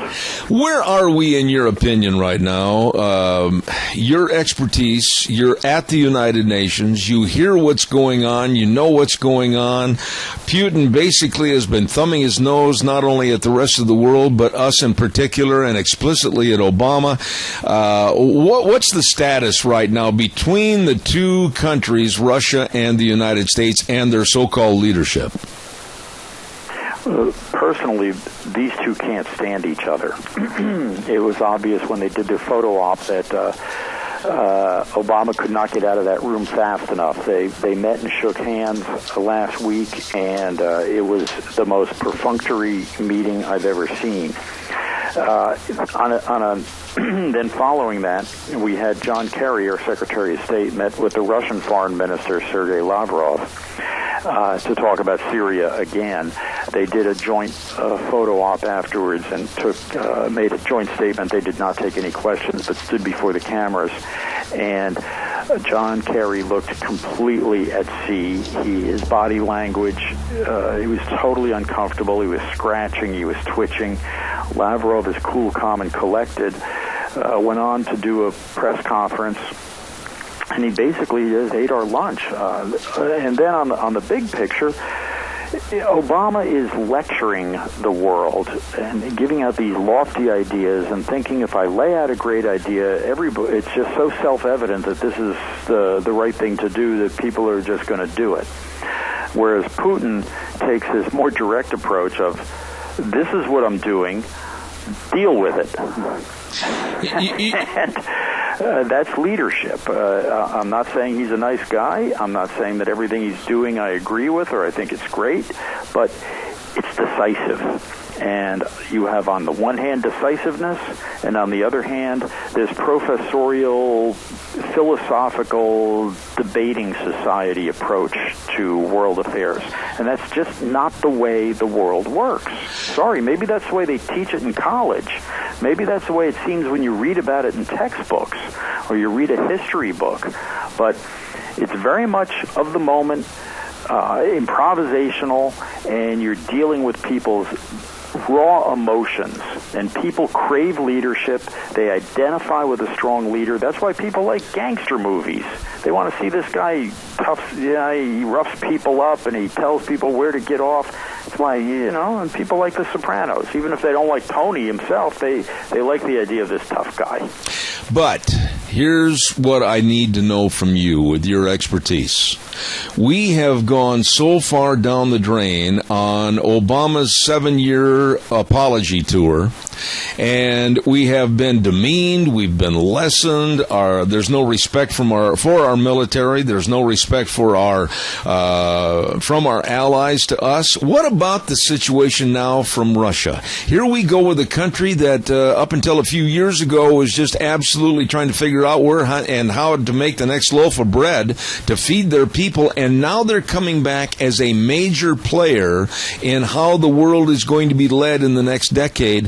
What's happening here? How are we ever going to get our respect back? Well, that's a real good question. I think that how we get our respect back is you have somebody at the helm who has a firm hand and states exactly what we believe, what we stand for. I believe, and this is my opinion, I never got a signed confession from the man in the Oval Office, but my belief is that the philosophy that animates Barack Obama and the whole crew he's got running the show is that America has something to apologize for. And we stole the land from the Indians, and we stole it from the Mexicans, and we have all this wealth here because we've stolen it from the rest of the world, and we owe it. We owe the rest of the world something. We ought to give it back to them and redistribute our wealth nationally. And even if he doesn't come out and say that, that is you can read between the lines. And the same way a junkyard dog can smell fear, people can smell that's where he's coming from. Yeah. And if he doesn't respect himself and doesn't respect this country, why should they respect it? Well stated. Now, again, you're so close to this situation every day. What is going to happen? Here's a speculative type scenario. You tell me the answer. We are looking at a conflagration in Syria with our planes bombing and Russian planes bombing. Speculating what happens if all of a sudden there is a conflagration between their planes and our planes. What's the scenario then? Are we going to back off and apologize, or are we going to look Putin in the eye and say, we told you to get out of this area, you didn't do it, now suffer the consequences? What's going to happen? Well, very, very interesting scenario you lay out there, because already, Zeb, Putin has told us, our planes are flying here, get out of the way. So if the planes bump into each other, we've already been told, don't play in this sandbox because I'm playing here. So the scenario you lay out, the planes bump into each other and we say to Russia, get your planes out of here, we're bombing. They've already said that to us. Mm-hmm. So they're leaning forward, and we are already back on our heels. You've got the Russian planes, the American planes, the French planes are flying there. And it's all very, and this is what Kerry talks about in that statement with Lavrov, is that we're going to have military-to-military talks about deconfliction and deconflicting the situation. So I had to look it up. What is deconflict? What is deconfliction? It means, specifically, it's a military term for avoiding collisions between airplanes. So Kerry is talking about setting up talks to avoid these planes bumping into each other. Russia sent a letter saying, we're about to start bombing, get your planes out of the way. Yeah. Curtis, there's one leader I want you to expand on, and I know this isn't part of the info that we were going to talk about this morning, but I've got to have your opinion. I was watching last week with great interest when Benjamin Netanyahu addressed the United Nations. And quite frankly, when he reached that one very large pregnant pause of his speech, I thought the sound had gone out. But I sat there, I watched, I listened, I observed the body language in the rest of the people listening at the United Nations to his speech. It was so effective. To me, Netanyahu is a true leader that stands up for his people. Truly, I agree, Zeb. I think that was the single most powerful speech of the entire General Assembly, from the Pope onwards. Benjamin Netanyahu laid out the particulars of every single time. So, well, let me back up for one moment. He started by noting that throughout this entire week of speeches at the UN, one of the recurring themes was everybody was patting themselves on the back for this Iranian nuclear deal. And he said, this is not going to make Iran peaceful. Giving them more money and letting them get nuclear power is not going to make them more peaceful. Then he laid out every single time since the deal has been signed that the Iranians have said they are going to destroy Israel. They're going to do this, they're going to do that, Israel will not exist, we'll make sure of it. And he said, for all of these times that Iran has said they are going to murder my people, the response from the UN has been silence. And he stopped. And as you say, a pregnant pause, if that was a pregnant pause, this was the Octomom pregnant pause. It was for, it seemed an eternity. Yes. And you could hear a pin drop in the entire building. It was the most effective presentation I've ever seen. And he makes no apologies of defending his people. Everybody can say the UN goes on and on, you stole the land, it's unfair, the Palestinians have to get on a wait list for an apartment. Meanwhile, they're murdering people in Syria, 250,000 people killed in 5 years. They're raping 6-year-old children across Iraq, wherever ISIS plays. And they're worried about they have to get on a wait list for an apartment in East Jerusalem. Where's the proportionality here? Absolutely. We've got a caller with a question for you, Curtis. Stand by. Go ahead, caller, quickly, please. Yeah, I've got a problem with all this. When our guys take out supposedly an ISIS person, it's a pickup with one, who knows how many people in it. When we see Russia bombing, we see them taking out whole complexes. Something isn't right here. All right. Curtis, respond to that, please. Well, that's it. Putin, in his speech before the General Assembly, which came virtually the same day that they announced they were going to be bombing, well, he said, we're going to be bombing. He said, let's be clear. Let's acknowledge that the only people really fighting ISIS and fighting the terrorists in Syria are the Kurds and the Assad government. Now, we don't have to agree with that, but what he was doing, he was saying these pinprick limited airstrike campaign by the U.S. is a joke. This is not fighting the terrorists in Syria. This is window dressing to make it look like we're doing something. Right. Curtis, with your we have this spectacle of what happened in Afghanistan, right, this bombing this hospital. Yeah. the airstrike was called in by an Afghan Army guy. You got to wonder if maybe this is one of the infiltrators. Absolutely. If one of the Taliban people had infiltrated the Afghan army, picked up the phone, called in an airstrike to make America look bad. I mean, we truly are, and it's a sick joke, but we're the gang that can't shoot straight. Amen.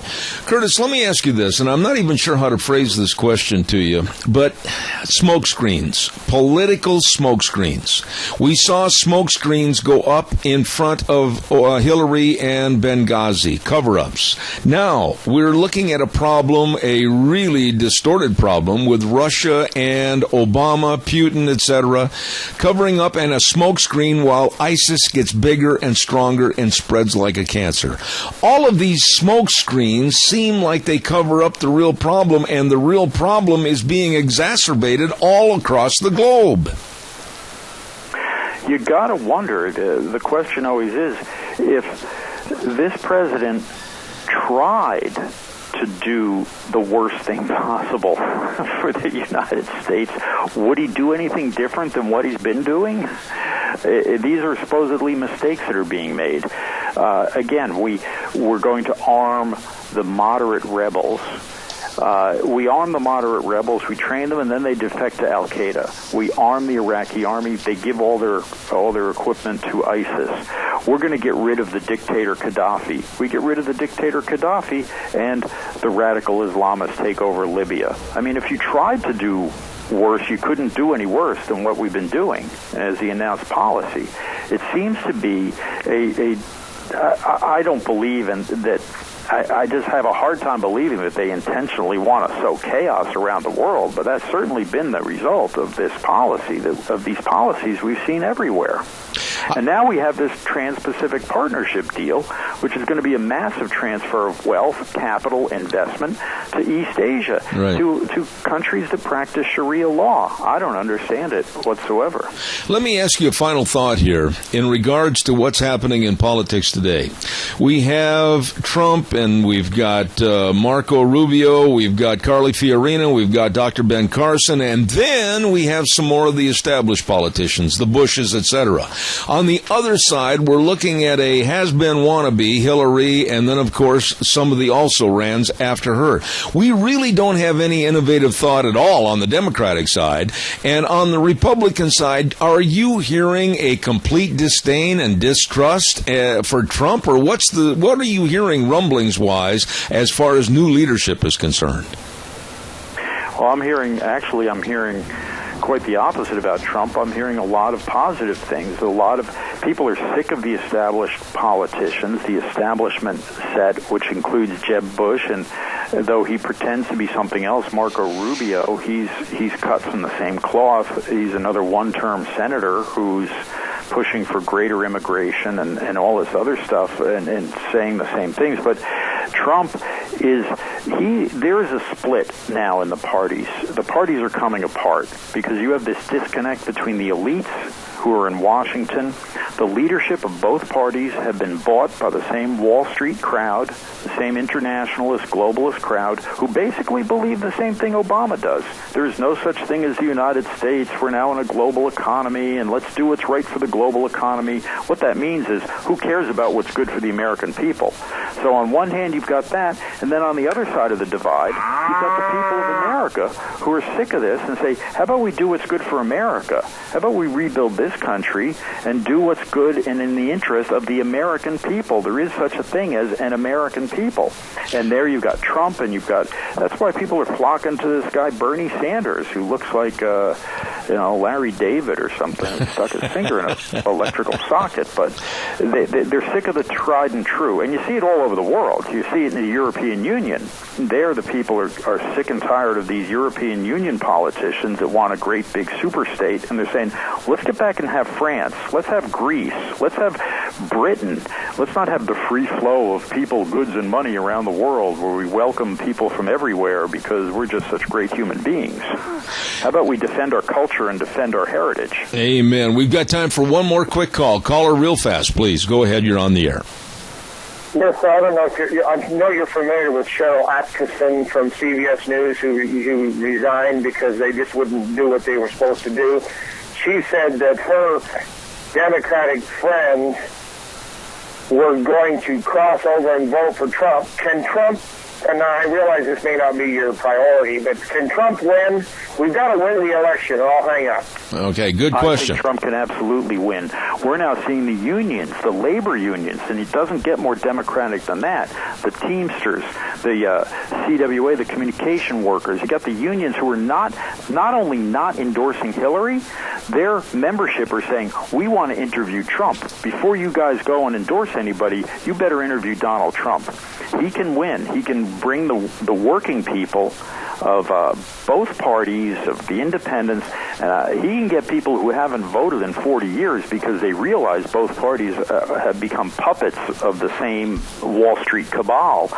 They're going to come out and vote for him, and you'll see him getting the African-American vote as well, because the African-American community understands that unrestricted immigration hurts them. Absolutely. Somebody that wants to dial that back is in their interest. Absolutely. Curtis Ellis, United Nations correspondent for World Net Daily, and one of my favorite people to have on this program. Curtis, God bless. Please come back soon, and I'll be in touch. Thank you. God bless. Thank you very much.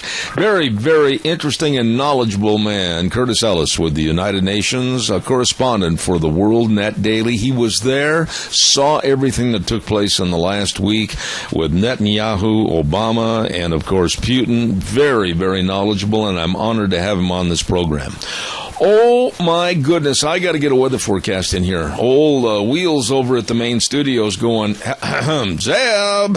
All right, here we go. Gano Landscaping and Sprinkler Service. Number to call, 438-2485 or 431-8733. Trimming, pruning, removal of tree limbs, emergency work, blowing out the sprinkler systems. I'll tell you, they can get the work done for you. Now, it's really important this time of the year to get on the list for blowing out those sprinkler systems. Don't forget to do that. And also, before the high winds and the snow and the winter hits, make sure all those trees are safe. Get those tree limbs cut off, etc. Give them a call. Scott Gano at 438-2485 or 431-8733. Here now is Gina with the weather. Here is your weather forecast for this October 6th, and it looks like this high-pressure system is going to be sticking around at least through the beginning of next week. High of 73 for today. Partly cloudy skies, slightly breezy tonight. Expect a low right near 45. Tomorrow, sunny and 75. Pretty much the same for Thursday. Friday, sunny skies, maybe 80, and then could see mid-80s for Saturday. Yesterday's high was 75, and tonight the sunset's going to be at 7:08. That's your weather forecast for Zeb at the Ranch. Thank you, Gina. Excellent job. Gano Landscaping and Sprinkler Service bringing you the weather this hour. Call them at 438-2485 or 431-8733.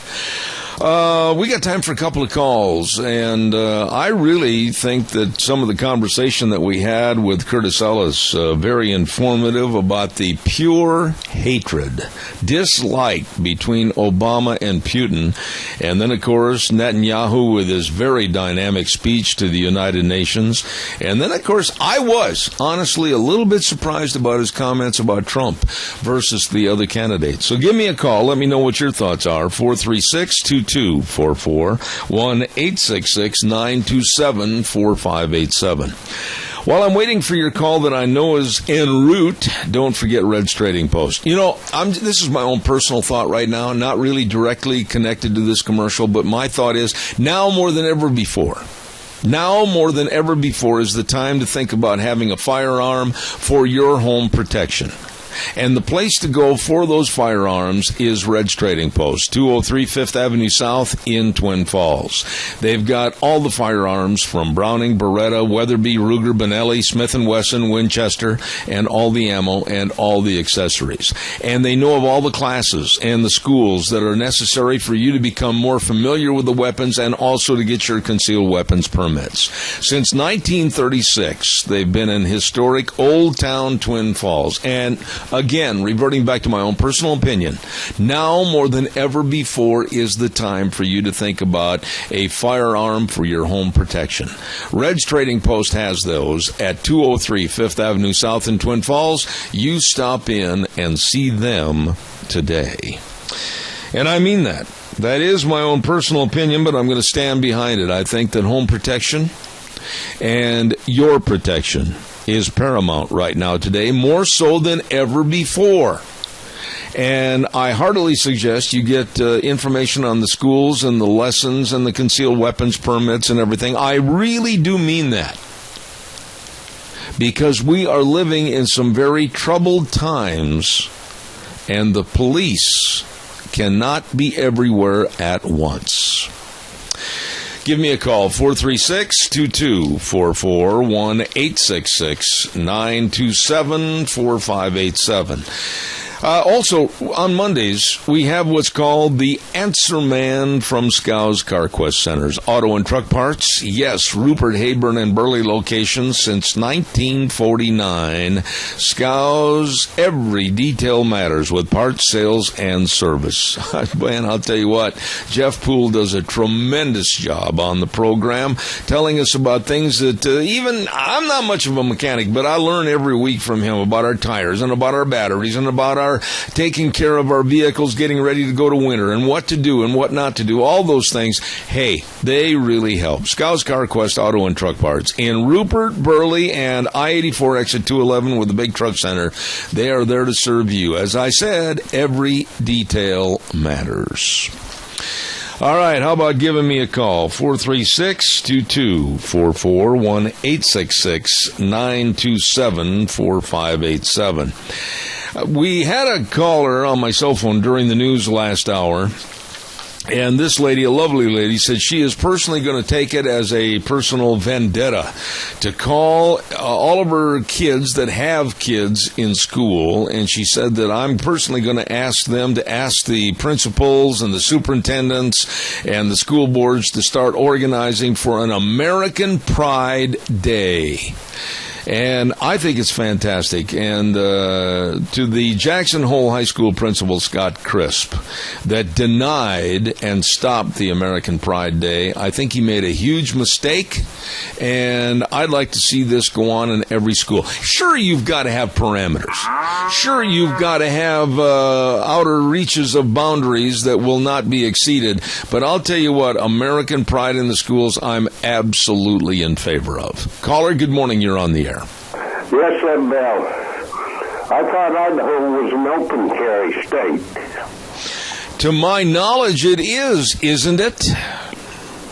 Yes, I'm pretty sure it is. Yeah, but I am saying that concealed weapons permits, when you go interstate, I think are important to know the rules, regulatory means, and what you can carry open or not on a concealed weapons permit. I think it's very beneficial to understand, if you're traveling, what can be done and what can't be done.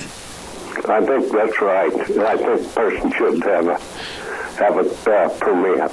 You know, and Fred, I learned from my own experience that when you go from state to state to state, as much as I travel, I kind of lay out a travel plan because I am a person that has a permit to carry a weapon, and I do. I want to know where I am all the time with their laws and regulations that might come in conflict with that permit that I have.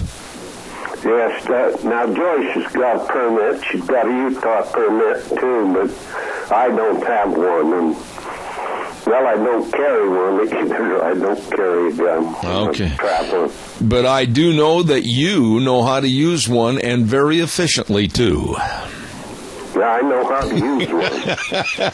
Hey, my dear friend, you sound great. God bless you, and thanks, Fred. I got to run to the news. Thank you so much. Thank you for the card, partner, you and Deanne. You're very, very welcome. The very best, and I love the way your voice sounds. It's good and strong this morning. Thank you so much. Okay. All right. Thank Have you. a good one.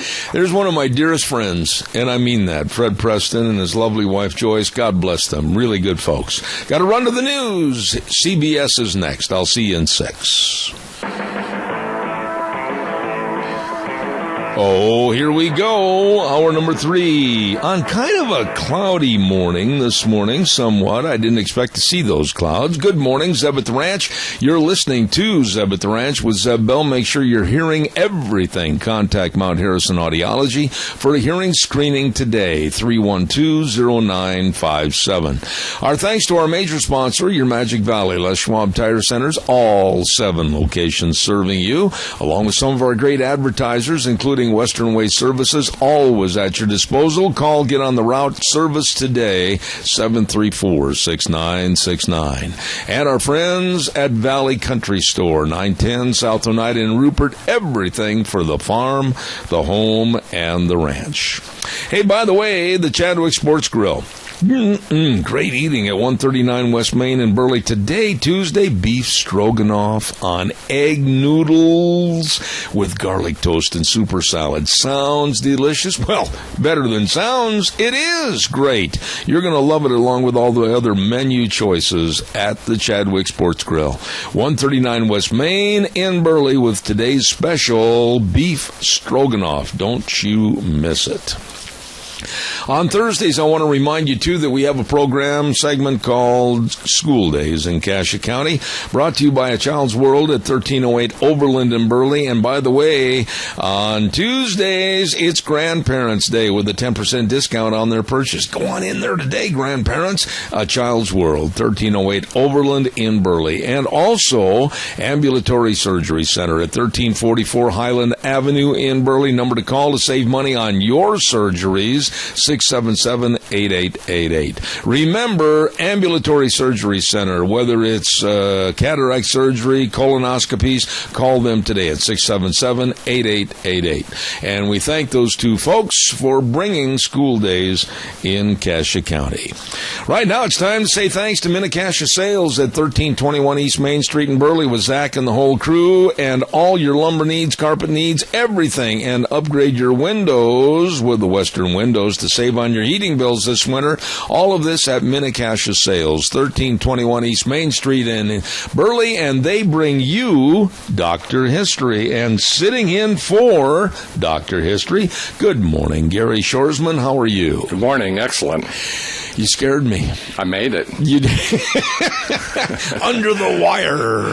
3 minutes is on time. Yeah, I'll tell you what, you did great. Gary, in past shows that you've been on, I asked you a question about boundaries, and I asked you a question about how they affirmed what a boundary line was going to be and how come some of them look like a pizza pie, all chewed up and everything. How did they establish the county lines and boundary lines in days gone by? Well, thank you, and good to see you this morning. I'd like to go back to, actually, I found a really interesting little article on one of the very first actions that led to a state park back in about 1640. Whoa. Now, we know the Pilgrims came first to Massachusetts, and then that second group were called Puritans, and they settled in an area with current-day Salem. They were called the Massachusetts Bay Colony. And back there's lots of lakes and a lot of wooded area and a lot of great hunting at that time and just about anything that anybody could want in terms of meat and ducks and things that you could...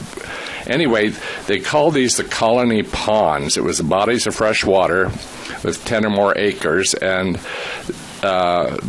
each one of these had about 10 or more acres. There was a total of about 90,000 acres. And now here's the deal. They decided to make it a reserve for hunting and fishing, but it was designed to help the greatest amount of people in that community. So they turned it into a preserve, private party, the city fathers and the group living in that. So I thought that was rather interesting. Well, as we know, what had started as a campaign of dedicated private individuals has come to be dominated by parks professionals, bureaucrats, and politicians. Right. But that wasn't that way in that first instant. But it's ever since it's been changed. So now, jumping forward, up until about 1819, when John Quincy Adams and Luis de Onis, he was a career Spanish diplomat, and he served as an envoy to the United States from 1809 to 1819. Right.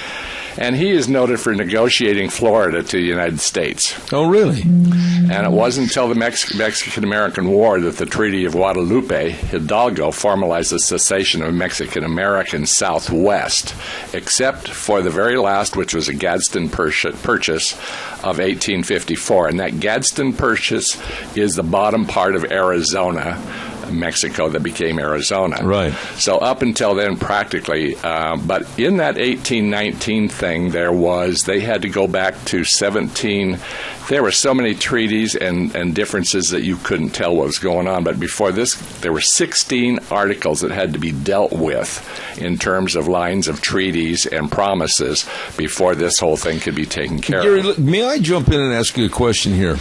And I thank you for the information on these boundaries and treaties and everything, but why couldn't they have been more affirmative as to straighter lines on their lines of demarcation as far as where the counties and where the treaties and what the land was for? It seems like there's little jagged like a saw. Why were they so crooked and everything? If you, well, first off, we had the British, then there was the French, and then there was Spain, and everybody had a piece of the pie running from the Gulf to Canada. Right. And then little by little, and as the population changed.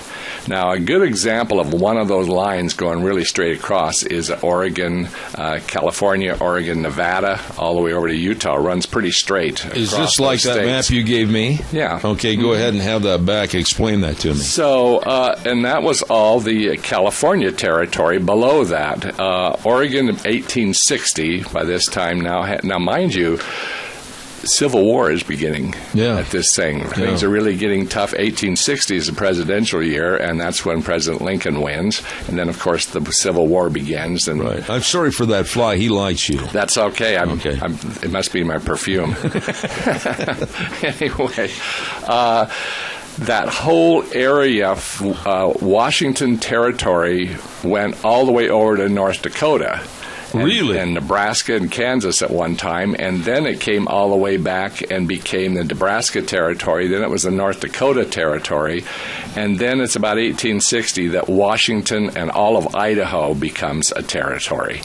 So there was lots of division, but the Idaho Territory in particular follows the Bitterroot Mountains, and I have a real interesting little fun piece as to how that. And it's in the Constitution of the state of Idaho. And if you don't mind, I'd like to read it to you. No, go ahead, because please. It's very interesting. You'll recognize some of the names, and it's the article about the state boundaries. And it says, the name of this state is Idaho, and its boundaries are as follows. Beginning at a point in the middle channel of the Snake River where the northern boundary of Oregon intersects the same, then follow down the channel of the Snake River to a point opposite the mouth of the Kuskei or Clearwater River. Thence due north to the 49th parallel of latitude, thence east along that parallel to the 39th degree of longitude west of Washington. Oh, my goodness. Then south along that degree of longitude to the crest of the Bitterroot Mountains. Oh my! Then southward along the crest of the Bitterroot Mountains till it intersections with the Rocky Mountains. Then degrees of longitudes west of Washington. Then south along that degree of that parallel to the eastern boundary of the state of Oregon. Oh my! Thence north along that boundary to the place of beginning. Oh my goodness! Now, right there, I'm totally impressed with the inability of me to follow that. But there were some names in there. You followed the Bitterroot Mountains and Kuskei and all of those kind of things, and then you look on a map. But the legislature had to come up with all of this kind of thing, and of course it was the President Lincoln that signs Idaho into being a territory, making it law. But prior to that, there was from Walla Walla, Washington, there was a big dispute between making that the capital of Washington versus over in the Puget Olympia. Really? And so, anyway, a guy by the name of Lieutenant John Mullen, and he was, you've heard of the Mullen Trail, perhaps, and all that. Yeah. Well, he was a young lieutenant out of West Point, and anyway, the president, I should say, Representative James Ashley of Ohio sought him out, and he just finished his engineering degree in the Northwest, and this is 1859, 1860, and then he wanted him to make a road from there to Fort Benton. So that was the first 620-some mile road over from Walla Walla to Fort Benton. Let me ask you this, and you are a very well-educated man, and I know that you always sit there and read things and kind of question what happened and what did not happen.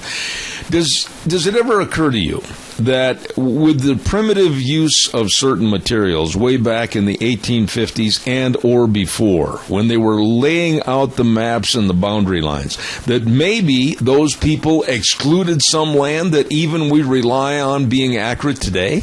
There's been many adjustments. Some of the adjustments are right here locally when the Minidoka Irrigation Project came in, and first they brought the canals. They had townships, ranges, and sections, and then they run the canals every which way through according to gravity flow. But when they come to straighten out the roads, that's when they found out that properties were not right. Some people had to move. One guy, the old story they tell about, and had to move his homestead shack 6 times till he got it on his own property. 6 times? He'd move it here, and they'd say, no, that's not right. You need to go a foot over here or 2 feet here. Oh, my. So there was lots of adjustments. And in those early days, they used chains. They really did use chains from a spike, and huge long chains, wagons that carried those things. And when you see measurements not by foot or yards or feet, it was done by chains, so it was primitive. Gary, when was the first occurrence of surveying the West to the point where they did finally come out with the outlines and the boundaries of the states? The total states? Well, see, I can't tell you exactly how that till when it ended, but it was continuing on up until each state became from a territory to become a state. And it sounds like with the primitive material they had, using that phrase again, man, they must have done a heck of a good job way back then. The legislatures later had to hire architects. They had to have guys go out and look over the land and measure it and see which was the most viable thing. And it really had to do, they judged it by population. Now, very much like Cassia County and Twin Falls, this was all Cassia County at one time. This all was? Yes, but prior to that, it was all Owyhee County, and everything on the north side, bigger than all the way up to half the state, was Alturas County. So as populations moved in, and that's why, like in Albion in 1879 was the county seat, but Cassia County was cut out.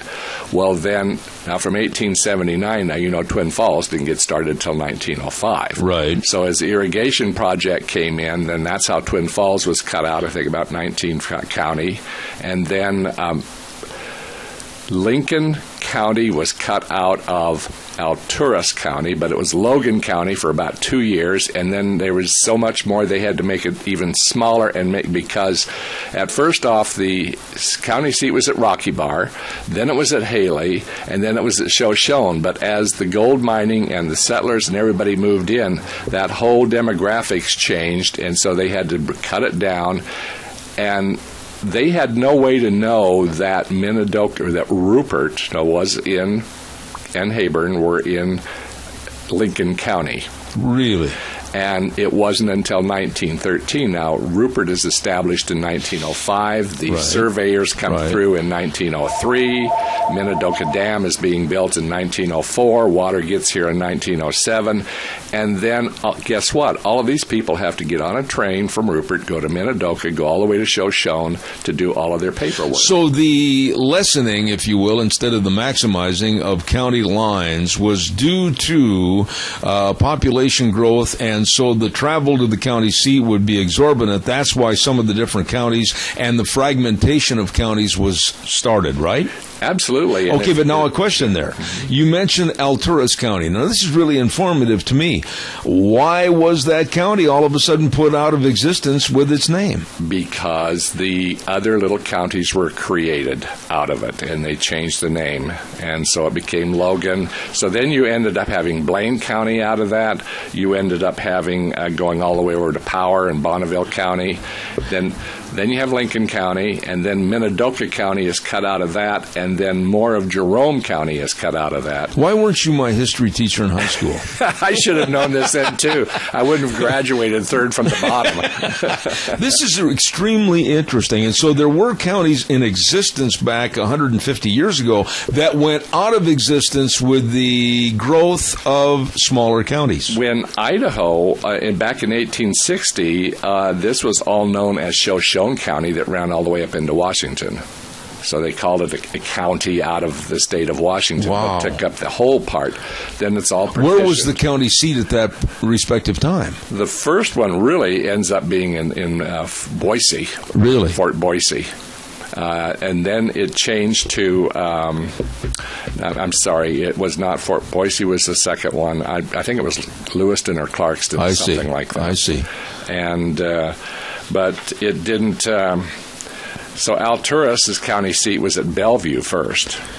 And then when Logan County comes in and creates Lincoln, then and Blaine County. Now, Blaine County is another interesting one that even got drug up until just the last 15 years. Now, Blaine County is Ketchum and Sun Valley. Right. Comes all the way across the lava beds and then dips right straight down just east of Minidoka, a mile east of the city of Minidoka. Right. And then down to the Snake River. They wanted a piece of that pie from the railroad. They wanted a connection in their county with the Oregon Short Line, but they also wanted to have their little finger tipped down into the Snake River, so in case they'd ever need it. Yeah. Now, the deal came up, and Senator Cameron brought this up back in 2001, and it was supposed to be a done deal because all of these people that live east of Minidoka are in Blaine County, but they get their mail at Minidoka town. They also are, the snowplow comes up from Rupert or wherever it is,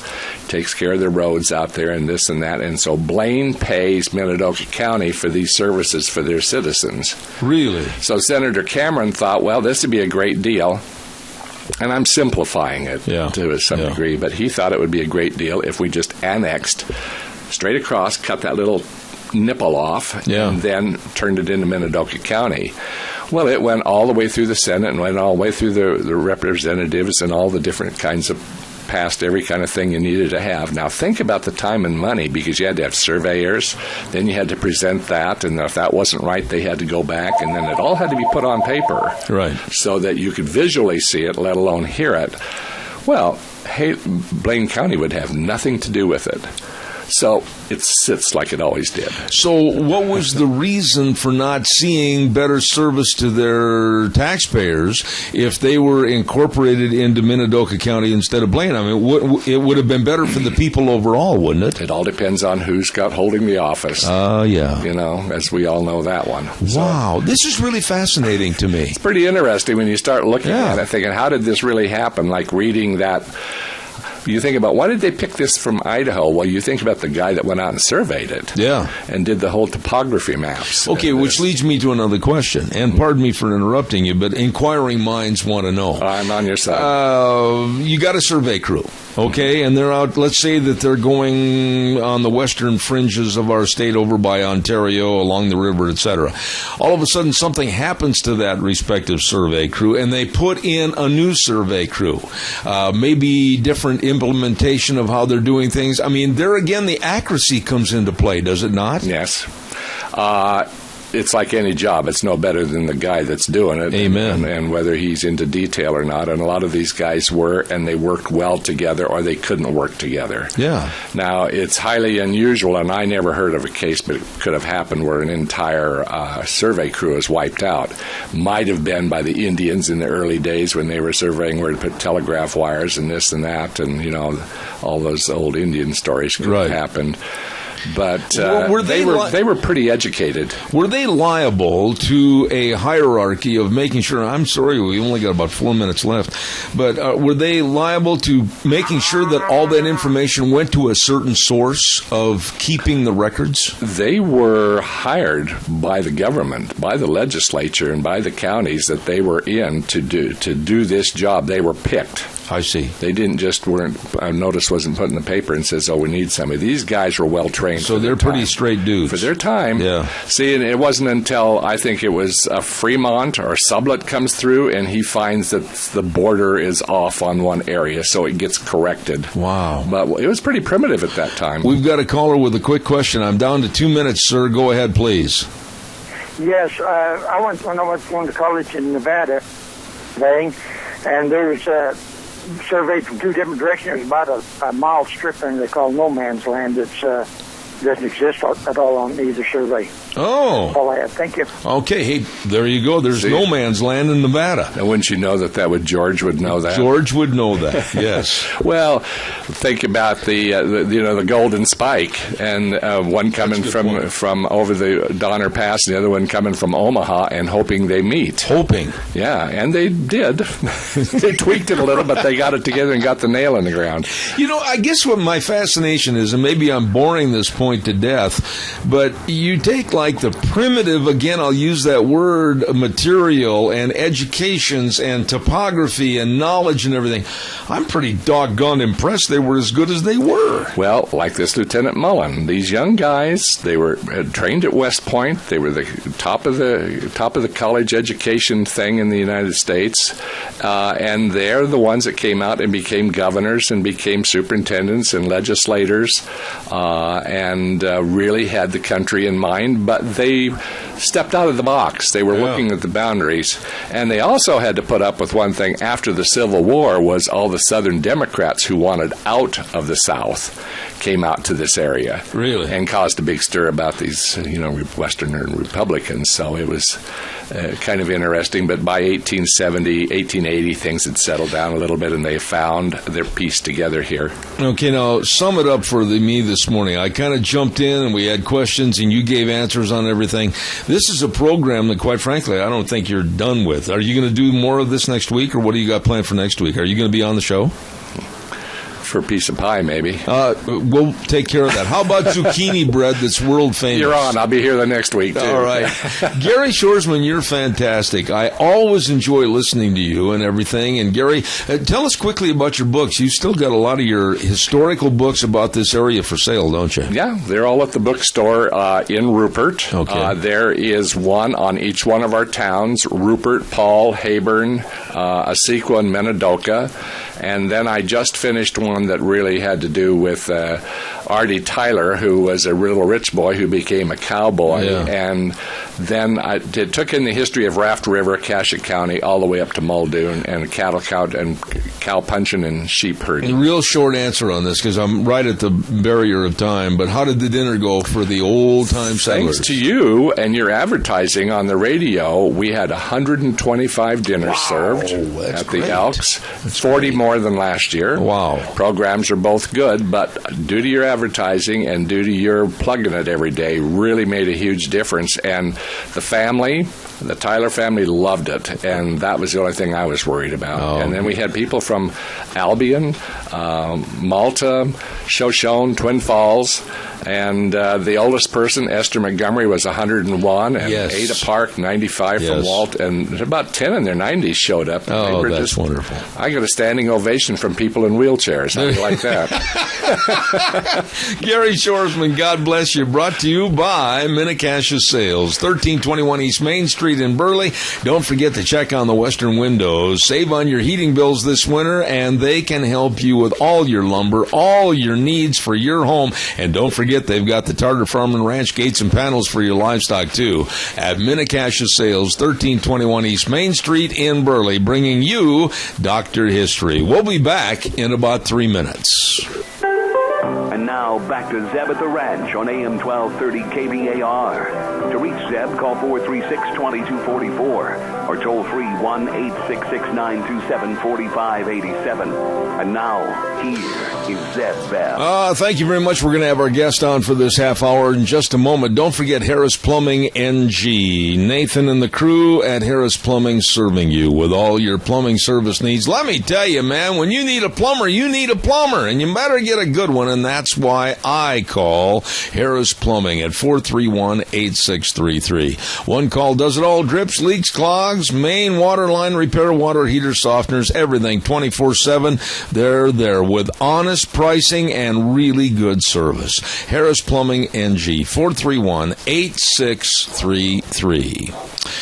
Right now, let's go to the phone line, and one of my favorite guests to have on this program whenever he gets an opportunity to break loose from his everyday chores with the Institute for Energy Research, the Senior Vice President, my buddy Dan Kish. How are you, Dan?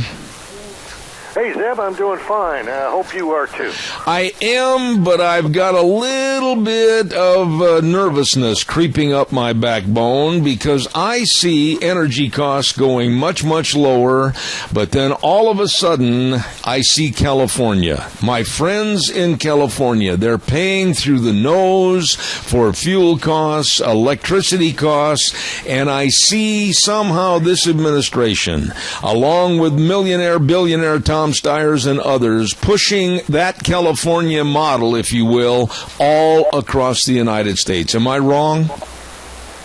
No, you're absolutely right, Zeb. And, you know, the amazing thing about it is that those cost increases that they're experiencing out in California have nothing to do with shortage of energy or except for ones created by the government. It's all created by the government. That's the government plan. And, you know, the reason you should be suspect about this is, remember, when the president was running in 2008, he said that under his plan, electricity prices would necessarily skyrocket. And then his energy secretary said, gee, we should be paying about what Europe does for gasoline. That somehow it's unfair for Americans to be paying less. And we were paying a lot then, but at the time the Europeans were paying $8, $9 a gallon.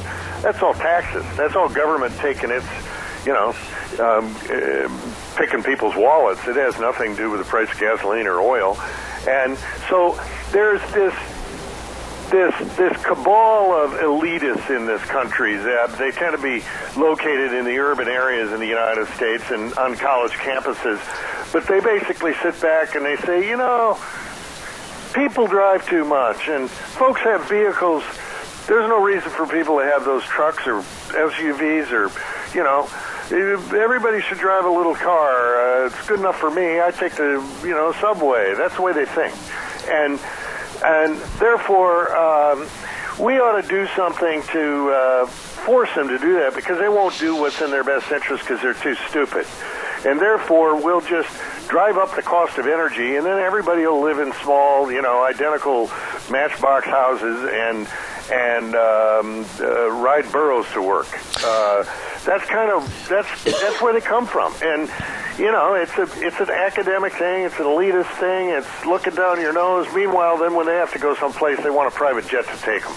Dan, how close, in your opinion, are we, the rest of the United States, to accepting or adopting the same insanity as what's going on in California right now? Oh, well, they're pushing it every turn, Zeb. I mean, that's the whole reason. That's the whole reason. I'd like to say the American public first of all, isn't ready for it, doesn't want it, but I'd also be lying if I didn't tell you that that the media doesn't tell them that's what it's all about. They'll tell them it's about pollution, it's about ozone, it's about smog, it's about this, that, the other thing. The administration is working overtime. When the president failed to get his big plan to jack up the price of electricity passed back in 2010, when Nancy Pelosi ran the House and Harry Reid ran the Senate, and the Republicans took over the House, and he was asked about, well, how are you going to get your plan through? And he said, well, there's more than one way to skin a cat. He realized he couldn't, and literally, those are the words that came out of his mouth, more than one way to skin a cat. In other words, we can't do it by law because that won't pass through Congress anymore, but I'm going to do it by edict, by executive fiat, by mandate. And so he's directed over the last 5 years the EPA to go out there and pull down every regulation in their power, shut down coal, try to regulate hydraulic fracturing, even though the states are doing that now, take over the waters of the United States, declare everybody's backyard belongs to the United States and you can't do anything with it. Last week it was the ozone rule. They are, you don't lose control of your freedoms all at once, typically. What you do is lose them a little bit at a time. It's like boiling a frog. Yeah. That's what the Obama administration's up to, and the target is the American way of life, because, frankly, they don't think much about the American way of life. They think we're all a bunch of dolts. Yeah. There was a sentence in the cheat sheet that I was sent regarding our conversation this morning, and I read that, and it really made me become fearful. And I'll read it to you, and I'll tell you what I thought about it, and then you can explain it to me. It says, quote, already California regulators imposed rules requiring producers to cut the carbon content of fuels 10% by the year 2020. Now, I'm not a mechanic, and I know far less about what's going on with energy than you do, Dan, but when you require producers to cut the carbon content of fuels 10% by 2020, you're talking about a complete revolution in what's going through those engines and the heat that those engines can absorb, and I'm seeing a total wrecking of our society as far as vehicles that won't run. Am I wrong? No, you're not, Zeb. I mean, let's face it. When you're talking about reducing the amount of carbon that goes into your engine, you're talking about reducing the amount of energy that goes into it. That's like saying, that's why, as you know, diesel costs a little bit more than gasoline. I don't know where it is in your neck of the woods right now, but typically it does.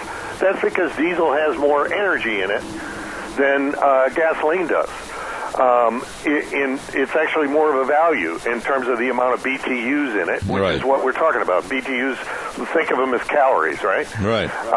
In essence, what they're saying is we want you to use fuel that doesn't have as much energy in it in order to get where it is that you want to go. What they're really saying is, overall, we want more and more electric cars on the road, and each car doesn't have to get 10% less, but add it all together, it gets 10%. That's where they're headed. Yeah, but Dan, you're one of the sharpest guys I know about this subject, and why can't the American public see through this smokescreen? Lesser usage of fuels means burning more fuels, means adding more, supposedly, pollution to the environment, and if they want to push for electric cars, they've got to have electrical stations that are going to produce the energy for those cars. I mean, it's the dog biting its tail. Yeah, no, that's exactly what it is. I mean, they make it sound really attractive. But anybody who knows anything about sort of the way the world works says these people couldn't. You wouldn't let them under the hood of your car to work on your engine.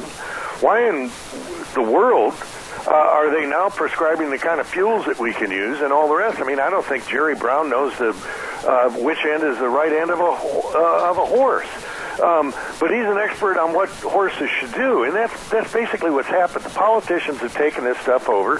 The nitwits in the mainstream media sit there and nod their heads as though they understand it. They all live in Manhattan and probably haven't driven a car in a long time. And yet, for the 250 million vehicles out there, we've got these people prescribing things about which they know nothing. There's a reason we use what we use, because it makes sense, because Americans are common sense. And now the government doesn't like that, and the politicians and the elites don't like that, and what we're getting is nonsense. What about that measure in California, Dan, that Tom Steyer was really pushing, kind of a mandate to cut gasoline consumption over the next 15 years by 50%? Now, it failed. That provision failed. How did that provision fail, and who really led the charge against it? Yeah. Well, actually, it's very interesting. You know how these things typically go. What happened is you had the awakening of some politicians, Democratic politicians, who looked at this, who represent some folks who were, lower income, and the light finally went off in their head that, wait a minute, if you're telling us that this is going to mean that the price of transportation is going to go through the roof, you can't. Because basically what it did is said everybody, by a date certain, we got to use 50% less fuel. The point of that is, well, how are they going to do that? And as they started thinking through it, they said, well, that means that the price of fuel, they're going to artificially elevate the price of fuel so that people won't be able to afford it. And I've got a lot of constituents who can't afford it. And so they finally put their foot down and said, wait a minute, this doesn't make any sense. And it was good to see that we finally got a little bit of a response from that crew on this stuff. Maybe we should hope that this gave them a little clue into what's going on here. Tom Steyer doesn't care. He doesn't care how much he pays for gasoline. He's a multi-billionaire. Yeah. But for average working people and average taxpayers in this country, these sorts of ideas that sound good, when they're just passing, make absolutely no sense. Dan, maybe you can call me, like a lot of people do, a conspiracy theorist, but this is the way I feel. I think it's nothing more than a 7-letter word: control. If you take away energy and an effective and very economical cost of energy, pretty soon you've got people consolidating and selling and moving to the inner city to live in condos. You don't have any more private property rights. You basically have taken over the nation without firing a shot, and you've got complete control of your population. Am I wrong? No, you're not, Zeb. I mean, listen, there are people who are control freaks. They tend to be, on the one hand, you've got some folks who you think are thinking politicians, typically on the conservative side, but they don't even see what's going on here in many cases. They're kind of asleep at the switch. But on the other side, you've got dedicated ideologues who basically realize that the best way to change the politics of the United States, and it's all about fundamentally transforming the United States, led by the president. The best way is to jam everybody into a city, keep an eye on them, put them on a bus, tell them they can't drive, can't do this, can't do that, and then they'll vote the way you want them. That's what happens now. We get these big urban areas. They vote exactly the way they want them. They're just like trained dogs. Yeah. And government has a way of training people to do what they want, right?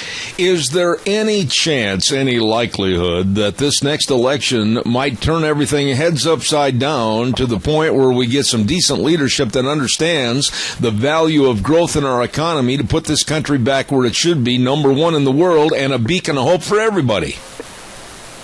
Let us pray, my friend. Yes, sir. Do you have any inklings as to who that should be to try to turn this energy thing around so that we can progress as a nation? Well, I don't think it's going to be Bernie Sanders or Hillary Clinton, no. To be honest with you, based on what they've said so far. Joe Biden, I mean, the first thing he did when he was first elected to the Senate in 1973 was vote against the Alaska pipeline, which is, produced oil for 16, 17 billion barrels of oil over the time and helped reduce the impact of the Middle East on our energy supplies. There are some people who are running in on the Republican side in the primary who look pretty good to me, who look as though they may understand this. Probably not a good idea for me to get into it, but I would urge people to watch them very closely on what they're saying about energy, because the people who are talking about energy will show an understanding of where we go, because we just can't have this. I mean, making the United States of America citizens into beggars of the government's permission to be able to do what we want with our lives is exactly what our founders wanted to keep the government from doing, and we keep going down this road. This is where we're going to get, Zeb. Very well stated. Dear friend, Dan Kish, Vice President of the Institute for Energy Research, thank you so much. Appreciate it, Dan, and I'll be in touch. Thank you, Zeb. God bless. Thank you, sir. Good guy, Dan Kish, and he understands what's going on. Ladies and gentlemen, I say this every day. We have got to be so much more aware of what our own government, Looney Tunes, are doing to us and against us. We've got to become more aware and more vocal. I used a word yesterday. And sure enough, I knew I'd hear from some people that I guess didn't like the word, and they chewed me out. I used the word, here we go, sit down, hold on to the arms of the chair, revolt. Revolt. I think, honestly, it is time. With all the idiocy and incompetency that's going on in this country, that's being perpetrated and shoved down our throats, it's time for a revolt back to what this country, this Constitution, and our forefathers envisioned for this country. We've got away from it. And I'll stand behind my choice of words. This person that called and criticized me was a teacher and said, how dare I talk about revolt? Well, I do dare. And I'll stand behind that word. Time for the weather, and the weather is brought to you by Scarrows Meats, 331 North Road, Jerome, 324-7657. Oh, my goodness, they guarantee everything they sell. I mean, from the New York strips, caller, don't go away, I'll be right there, to the ribeye steaks, to the boneless pork chops, to the brats, you name it, it's all delicious. Absolutely from Scarrows Meats in Jerome. Right now, here's Gina with the weather. Here is your weather forecast for this October 6th, and it looks like this high-pressure system is going to be sticking around at least through the beginning of next week. High of 73 for today. Partly cloudy skies, slightly breezy. Tonight, expect a low right near 45. Tomorrow, sunny and 75. Pretty much the same for Thursday. Friday, sunny skies, maybe 80, and then could see mid-80s for Saturday. Yesterday's high was 75, and tonight the sunset's going to be at 7:08. That's your weather forecast for Zeb at the Range. Gina, thank you. Scarrows Meats, 331 North Road, Jerome, 324-7657. They are changing the way we eat, one delicious bite at a time. Good morning, caller. You're on the air. Yes, before I ask this question of you, I want you to know that I agree with you about the idea of revolution, revolting. However, would you still be in favor of it if it meant a breakup of the United States? And that's my question to you. You know, it's a very interesting question, and don't hang up, because I think it's a question that you and I should converse back and forth about. When you say the breakup of the United States, be more discerning on what you mean. Well, let's say that obviously some of the states in the East and some in the West decide that we're not going to go along with your revolution. We vehemently disagree with what you're trying to do, and we don't want to be a part of it. So let's say some states in the East, New Hampshire, Maine, Connecticut, Massachusetts, New York, Pennsylvania, New Jersey, Delaware, Rhode Island, decide that they're going to go off on their own way. Out here in the West, Utah, Montana, Wyoming, Idaho, perhaps Arizona, decide that we don't want to be a part of that anymore, and they break off into their own country. That's the type of breakup I'm talking about. Yeah, and actually, physically, the United States breaks apart into smaller regions, similar to what Europe has been in the past. I honestly, I've given a little thought to this, and where we're at right now is so scary. We are going to be $21 trillion in debt. That's a gimme when this office is vacated by Obama. We are not hearing how others are going to decrease our mountains of debt and get us back afloat again as a prosperous country. I think if there's a division in this country, it's certainly not going to be north and south. It's going to be east and west. It's going to be a division line of the Mississippi River, west and east of that.